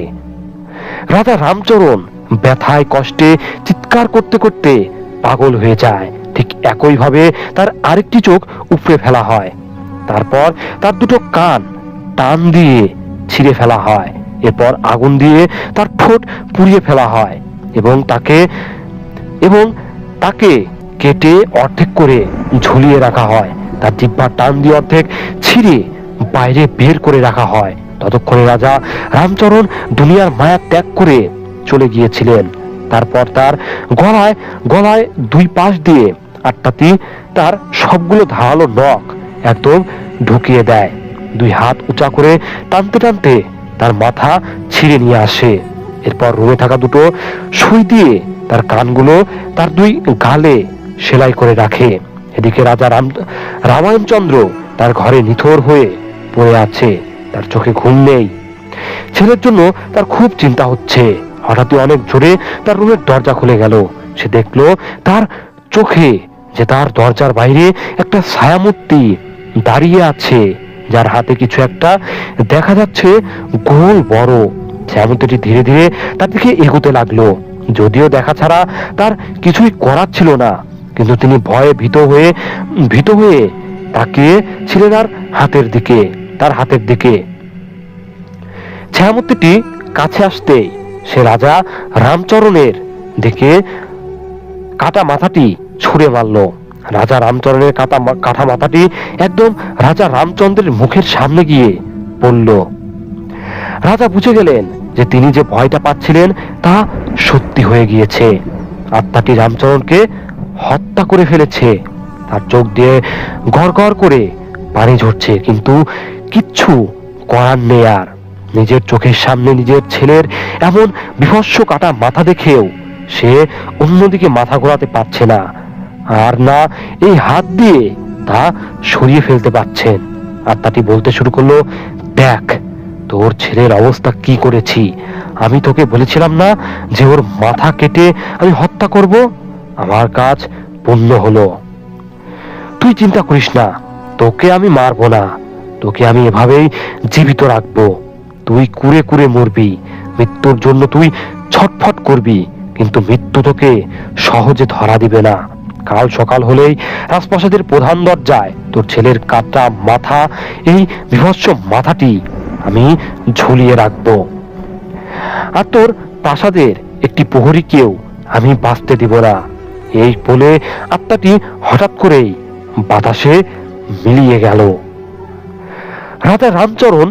রাজা রামায়ণচন্দ্র তার ছেলের কাটা মাথার দিকে তাকিয়ে শুধু কান্নাই করে যাচ্ছেন। পরের দিন সকালে রাজদরবারে ঢোকার প্রধান গেট ফলকে রাজা রামচরণের এই কাটা বিভৎস মাথাটি ঝুলিয়ে রাখা হয়েছিল, যা দেখে রাজদরবারের সবাই হিতাহিত জ্ঞান শূন্য হয়ে পড়েন। তারা কেউ বুঝতে পারছে না কি কারণে এমনটা হলো, কিভাবে এটা হলো, আর কেই বা করলো। তারা উপরে গিয়ে খোঁজ নিতে গিয়ে দেখে প্রতিটা দরজার পাশে এবং প্রাসাদে থাকা সব প্রহরীদের মাথা ছিন্ন করে ফেলে দেওয়া হয়েছে নিচে। এই বিভৎসময় দৃশ্য যা দেখে কেউ ঠিক থাকতে পারছিল না। চারপাশে শুধু মাথা কাটা লাশ আর লাশ, রক্তে পুরো রাজপ্রাসাদে স্নান হয়ে গিয়েছে। তারা রাজা রামায়ণচন্দ্রের ঘরে গিয়ে দেখেন রাজার মুখে রক্তের দাগ, তিনি অজ্ঞান হয়ে আছেন। তার দরজার প্রহরীদেরও একই অবস্থা। এরপর তারা যখন রাজা রামচরণের ঘরে প্রবেশ করলো, তারা যা দেখলো তার জন্য তারা মোটেও প্রস্তুত ছিল না। তারা দেখলো রাজা রামচরণের শরীরকে দুটো ভাগে বিভক্ত করে ফেলা হয়েছে। মনে হচ্ছিল হাতি দিয়ে তার দুই হাত পা দুই পাশে বেঁধে তাকে ছিঁড়ে ফেলা হয়েছে। এ এক বিভীষিকাময় ভয়ানক দৃশ্য। হঠাৎই রাজা রামচরণের ঘরের সব দরজা জানালা খুলতে এবং বন্ধ হতে লাগলো। মনে হচ্ছিল এই ঘরের মধ্যে ঘূর্ণিঝড় শুরু হয়ে গিয়েছে। প্রচন্ড বাতাসের মধ্যেও একটা বিভৎস হাসি শুনতে পাচ্ছিল রাজদরবারের লোকেরা। তারা দ্রুত সেখান থেকে নেমে নিজের জীবন বাঁচানোর জন্য পালিয়ে যায় এবং নামতে গিয়ে দেখে সেই কুকুরগুলো কেউ টুকরো টুকরো করে কেটে ফেলে রেখেছে গেটের সামনে। পুরো প্রাসাদের একটি প্রহরীও জীবিত নেই। তারা সবাই পালিয়ে যায় প্রাসাদ থেকে এবং যাওয়ার সময় প্রাসাদের গেটে তালা মেরে যায়। সেদিন থেকে আর কারো সাহস হয়নি সে প্রাসাদে প্রবেশ করার। এদিকে রাজা রামায়ণচন্দ্র ভিতরে ঠিকই জীবিত ছিলেন, কিন্তু তাকে দেখাশোনার মতো কোনো লোক ছিল না। তিনি এভাবে প্যারালাইজড হয়ে পড়ে থাকায় তার শরীর পোকা বসে যায়। পোকাগুলো তাকে জীবন্ত ভেতর থেকে খেতে থাকে। এভাবে একটা সময় কষ্টে ক্ষুধায় যন্ত্রণায় কাতরাতে রাজা মৃত্যুবরণ করেন। মাঝে মাঝে এই প্রাসাদের আশপাশ দিয়ে যাওয়ার সময় লোকেরা দেখতো রাজা রামায়ণচন্দ্র ছাদে দাঁড়িয়ে আছেন। তারা আরো দেখতো মাঝে মাঝে রামায়ণ চরণ চিৎকার করে প্রাসাদের ভেতর থেকে। পরবর্তীতে লোক সমাজে আরো শোনা যায় যে তারা দেবীকেও সেখানে দেখতে পেয়েছিল। সে রাজপ্রাসাদের দেয়ালের উপর দিয়ে হেঁটে যাচ্ছে। আর এভাবেই এই রাজপ্রাসাদটি অভিশপ্ত প্রাসাদে পরিণত হয়ে যায় বলেই বৃদ্ধ লোকটি আরেকটু পানি পান করলো। সিয়াম সহ আমরা সবাই তার দিকে অঝরে তাকিয়ে রয়েছি। সিয়াম বলল, সবই বুঝলাম, কিন্তু আপনি কে? আপনাকে তো আমরা বাজারে দেখলাম না। আপনি এই প্রাসাদের কেউ? বৃদ্ধ লোকটি মুচকি হেসে বলল, আমি এই প্রাসাদের কেউ না, তবে আমি হচ্ছি সেই যার জন্যই এই প্রাসাদ আজ অভিশপ্ত প্রাসাদ। আমরা সবাই অনেকটাই অবাক হয়ে গেলাম। সিয়াম জিজ্ঞেস করে বসলো, আপনার জন্য এই প্রাসাদ অভিশপ্ত প্রাসাদ মানে? বুঝলাম না ঠিক। বৃদ্ধটি হেসে বলল, আমি হচ্ছি সেই ছেলেটির বাবা, যে তার নিজের ছেলের পায়ের হাত দিয়ে কালো জাদু করে এই পুরো রাজবংশকে নির্বংশ করেছি। বলেই সে হাসতে হাসতে হঠাৎ আমাদের চোখের সামনে থেকে উধাও হয়ে গেল। ততক্ষণে সন্ধ্যা গড়িয়ে রাত হয়ে গেছে। আমরা সবাই দ্রুত সেখান থেকে সরে দাঁড়ালাম। কি হলো কিছুই বুঝতে পারলাম না। আমরা সবাই তাড়াতাড়ি সেখান থেকে চলে এসে আমাদের রিসোর্টে চলে এলাম। আমাদের সাথে এটা কি হলো আমরা কেউ বুঝতে পারছিলাম না। সবার ভেতরে এক অজানা ভয় কাজ করছে। সামিরা তো রিমনকে ছাড়া এক মুহূর্ত থাকছে না। ও এতটাই ভয় পেয়েছে যে রিসোর্টে আসার পর থেকে ওর মুখ থেকে কোনো কথাই বের হয়নি। এক পর্যায়ে রিমন বলে উঠল, এখানে আর থাকা যাবে না। কে জানে কি বিপদ অপেক্ষা করছে আমাদের সামনে। আমাদের উচিত আগামীকাল সকালে এখান থেকে চলে যাওয়া। কিন্তু সিয়াম ওর সাথে একমত হলো না। সিয়াম বলতে লাগলো, এটা কোনোভাবেই সম্ভব না। এই প্রাসাদের ভেতরে গিয়ে এই রহস্য বের না করে এখান থেকে চলে যাওয়াটা একদমই ফালতু একটি ডিসিশন হবে। যদি তাই করতে হয় তবে এখানে আসার কোনো মানেই ছিল না। এক পর্যায়ে রিমন আর সিয়ামের মধ্যে তর্ক করতে করতে ভীষণ কথা কাটাকাটি শুরু হয়ে যায়। পরে আমি আর সামিরা দুজন মিলে অনেক কষ্টে ওদেরকে আলাদা করে অন্য রুমে নিয়ে যাই। আজকে রাতে ওদের আর এক রুমে দেয়া যাবে না। সামিরা আমাকে চোখ দিয়ে ইশারা করে বলল, সিয়ামকে অন্য রুমে নিয়ে যেতে, কারণ ওরা একসাথে থাকলে আর আবার ঝগড়া শুরু হবে। সামিরা রিমনকে সামলাচ্ছে আর এদিকে আরেক রুমে আমি বারবার সিয়ামকে শান্ত করার চেষ্টা করছি, কিন্তু ওর রাগ যেন কিছুতেই থামছে না। আমিও হাল ছাড়ছি না। এক পর্যায়ে বলল, আমার পর্যন্ত মাথা ব্যথা করছে, ভালো লাগছে না কিছু। আমি বললাম, ঠিক আছে, তবে আমার কোলে মাথা রাখ, আমি তোর মাথা টিপে দিচ্ছি। এবং ওর মাথা টিপে দিতে কখন যে ও ঘুমিয়ে গেছে আমি টেরও পাইনি। কিন্তু এই প্রথম ও আমার এত কাছে এসেছে। ওকে দূরে সরাতে ইচ্ছে হচ্ছিল না, সেজন্য ওকে আমার কোলে রেখেই ওর কাঁধে মাথা নামিয়ে আমিও সেভাবেই ঘুমিয়ে যাই। সেদিন রাতে আমাদের কারোরই আর খাওয়া হয়নি। পরের দিন সকালে আমার ঘুম ভাঙার আগেই সিয়ামের ঘুম ভেঙে যায়। ও দেখে ও আমার কোলেই ঘুমিয়ে গিয়েছিল আর আমি এখনো ওর কাঁধে হাত দিয়ে মাথা রেখে ঘুমিয়ে আছি। ও আলতো করে আমার চেহারা থেকে চুল সরিয়ে আমার ঘুমন্ত গালে হাত দিয়ে আস্তে আস্তে বলতে লাগলো, ঘুমালে কত কিউট লাগে পাগলিটাকে, এখানে না আসলে জানতেই পারতাম না।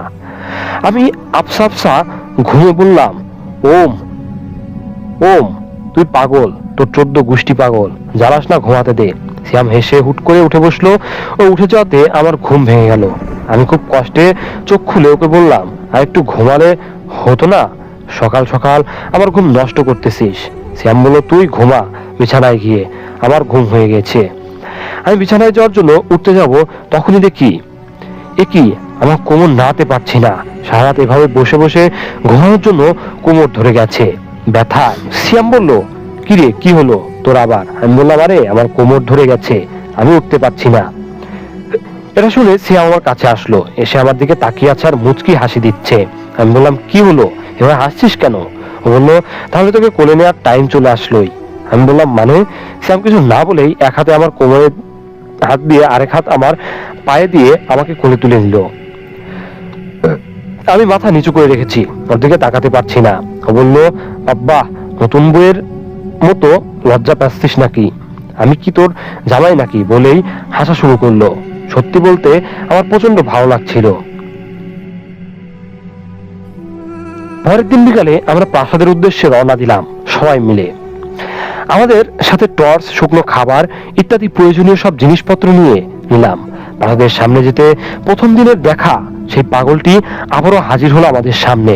সামনে এসে বলতে শুরু করলো, চলে যা তোরা এখান থেকে, এই প্রাসাদে প্রবেশ করিস না। এই প্রাসাদ একটা মৃত্যুপুরী, এখানে এসে প্রবেশ করে যে প্রবেশ করে সে আর ফিরে আসে না। তোরা মরবি, তোরা মরবি, চলে যা, এখনই চলে যা। বলে পাগলটি নিজেই চলে গেল। আমরা সবাই মিলে গেটের সামনে যেতেই দেখলাম গেটটা হালকা খোলা, মনে হচ্ছিল যেন কেউ ভেতরে যাওয়া আসা করছে অথবা করে। রিমন গেটটা হালকা একটা ধাক্কা দিতেই প্রচন্ড শব্দ করে দুটো গেটই খুলে গেল। মনে হলো কেউ একজন আমাদেরকে বলছে যে, আহো ভাতিজা আহো। স্বামীরা ভয় আমার পাশে এসে দাঁড়ালো। যেহেতু আমাদের মধ্যে সিয়াম সবচেয়ে বেশি সাহসী ছিল, তাই সে সামনে এগিয়ে গেল। আমরা ওর পেছন পেছন প্রাসাদের ভেতরে প্রবেশ করলাম। প্রাসাদের মেইন ফটকে দেখলাম এখনো সেই রাজা রামচরণের মাথার খুলি ঝুলে রয়েছে। এটা হঠাৎ করে দেখেই ভয়ে সামিরা রিমনকে জড়িয়ে ধরলো। শ্যাম বলে ওঠে, তোরা কি ভয় পাস নাকি রোমান্স করস, কিছুই বুঝি না আমি। শ্যামের কথা শুনে সামিরা একটু লজ্জা পেয়ে যায়, সে সাথে সাথে রিমন থেকে আলাদা হয়ে যায়। আমি বলে উঠলাম, তুই কি বুঝবি, সারা জীবন সিঙ্গেল রইলি, তুই কি আর বুঝবি যে কাছের মানুষের বুকে ঝড় কি মজা? শ্যাম বলে উঠলো, হইছে থাক, আপনার আর বলতে হবে না, আসছে প্রেমের জ্ঞান দিতে। বলেই শ্যাম জোরে একটা ধাক্কা দিয়ে প্রাসাদের মেইন দরজাটা খুলে দিল। প্রচন্ড শব্দে দরজাটা খুলে গেল। ভেতরে ময়লা আবর্জনায় খুবই বাজে অবস্থা। ধুলোয় মাকড়সার জাল সরাতে সরাতে আমরা এগিয়ে গেলাম। হঠাৎ করে মাকড়সার জালের ভেতর দিয়ে কতগুলো বাদুড় উড়ে গেল শব্দ করে। ভয়ে আমি শ্যামকে জড়িয়ে ধরে বললাম, আমাকে বাঁচা, আমাকে খেয়ে ফেললো।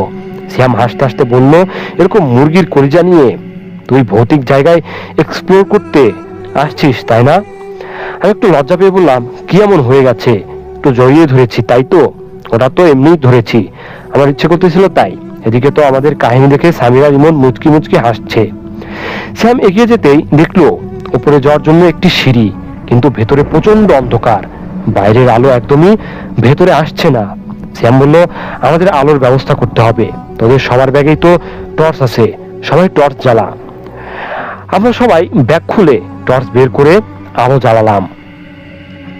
সবাই একসাথে সিঁড়ির উপরে লাইট ধরলাম। শ্যাম আমাদের লিডার ছিল, তাই সে এগিয়ে যেতে লাগলো। হুট করেই আমার মনে হলো কেউ একজন আমার পাশ দিয়ে চলে গেল। আমি ভয় পেয়ে গেলেও কাউকে কিছু বললাম না, যেহেতু অলরেডি বাদুড়ের কারণে একবার আমি ভয় পেয়ে গিয়েছিলাম, তাই আমার কথা কেউ হয়তো বিশ্বাস করবে না। আমি তাড়াতাড়ি করে এগিয়ে গেলাম। আমি শ্যামের পাশাপাশি হাঁটছি, আর ওকে বুঝতে দিলাম না যে আমি আসলে ভয় পেয়েছি বলে ওর পাশে এসেছি। শ্যাম আমাকে বলল, কি রে, ভয় লাগছে নাকি? আমি বললাম, না, তুই থাকতে আবার ভয় কিসের, আমার তো কিছুই হবে না, ধরলে তোকে আগে ধরবে বলেই আমি হেসে দিলাম। কিন্তু আমি হাসি থামালেও মনে হচ্ছিল আমার হাসির শব্দটা থামেনি। প্রাসাদের চারপাশ দিয়ে আমার হাসির শব্দটা আসতে লাগলো। আমি ভয়ে অনেকটা চুপসে গেলাম। সিয়াম আমার হাত ধরে বলল, আমার হাত ধরে থাক, কাছাকাছি থাক, ভয় পাস না, আমি আছি। তারপর সে আমাদের সবাইকে নিয়ে উপরে উঠল। সিঁড়ি দিয়ে উপরে উঠতে আমরা দেখতে পেলাম ডান পাশে কয়েকটা রুম এবং বাম পাশে কয়েকটা রুম, আর ঠিক একদম সোজা শেষের দিকে আরেকটি সিঁড়ি, যেটা সম্ভবত হয়তো ছাদে চলে গিয়েছে। আমরা ভাবলাম ডান পাশ থেকে শুরু করা যাক। ডান পাশের ঘরে যেতে প্রথম ঘরটি পড়েছিল রাজকন্যা দেবীর। কি করে বুঝলাম, কেননা একটা রাজকন্যার ছবির প্রিন্ট করা ছিল। ধরে নিলাম এটা রাজকন্যা দেবী হবে, কিন্তু অপরূপ দেখতে কি ন্যাচারাল বিউটি ছিল সে। এত সুন্দর সুন্দর অলংকার আর গয়নাতে একদম পরীর মতো লাগছিল তাকে। শ্যাম বলতে শুরু করলো, কিরে কি দেখিস? দেখে লাভ নেই, ও তোর থেকে অনেক সুন্দর। আমি বললাম, তো কি হয়েছে? আমার থেকে সুন্দর তো তুই, এখন ওর ছবি ধুয়ে পানি খা। আমরা সবাই মিলে ঘরটির চারপাশে দেখতে লাগলাম, জিনিসপত্র হাতে নিয়ে দেখতে লাগলাম। আমি আলমারিটা খুলেছি, ঠিক তখনই দুটো ইঁদুর আমার সামনে দিয়ে চলে গেল শব্দ করে। আমি ভয়ে আবারও শ্যামকে জড়িয়ে ধরলাম অনেক শক্ত করে। শ্যাম বলল, এভাবে যদি আমাকে জড়িয়ে ধরিস বারবার, তাহলে আমি ভূত দেখবো নাকি তোকে দেখবো বল? আমি বললাম, আমি কিছু জানি না, আমি আমার সামনে কেন এগুলো পড়তেছে বারবার। শ্যাম বলল, হয়তো তারা চাচ্ছে তুই আমার বুকে বারবার আয়, এজন্য। আমি শ্যামের বুকে একটা আস্ত করে ঘুষি দিয়ে বললাম, যা, বেশি কথা বলিস। হঠাৎ করে সামিরা পেছন থেকে চিৎকার করে উঠলো। আমরা তাড়াতাড়ি ওইদিকে ঘুরে লাইট ধরলাম, দেখলাম সামিরা লাইট ফেলে দিয়ে মাথায় হাত দিয়ে দাঁড়িয়ে আছে। আমি তাড়াতাড়ি ওর পাশে গিয়ে বললাম, কিরে দোস্ত, কি হয়েছে তোর?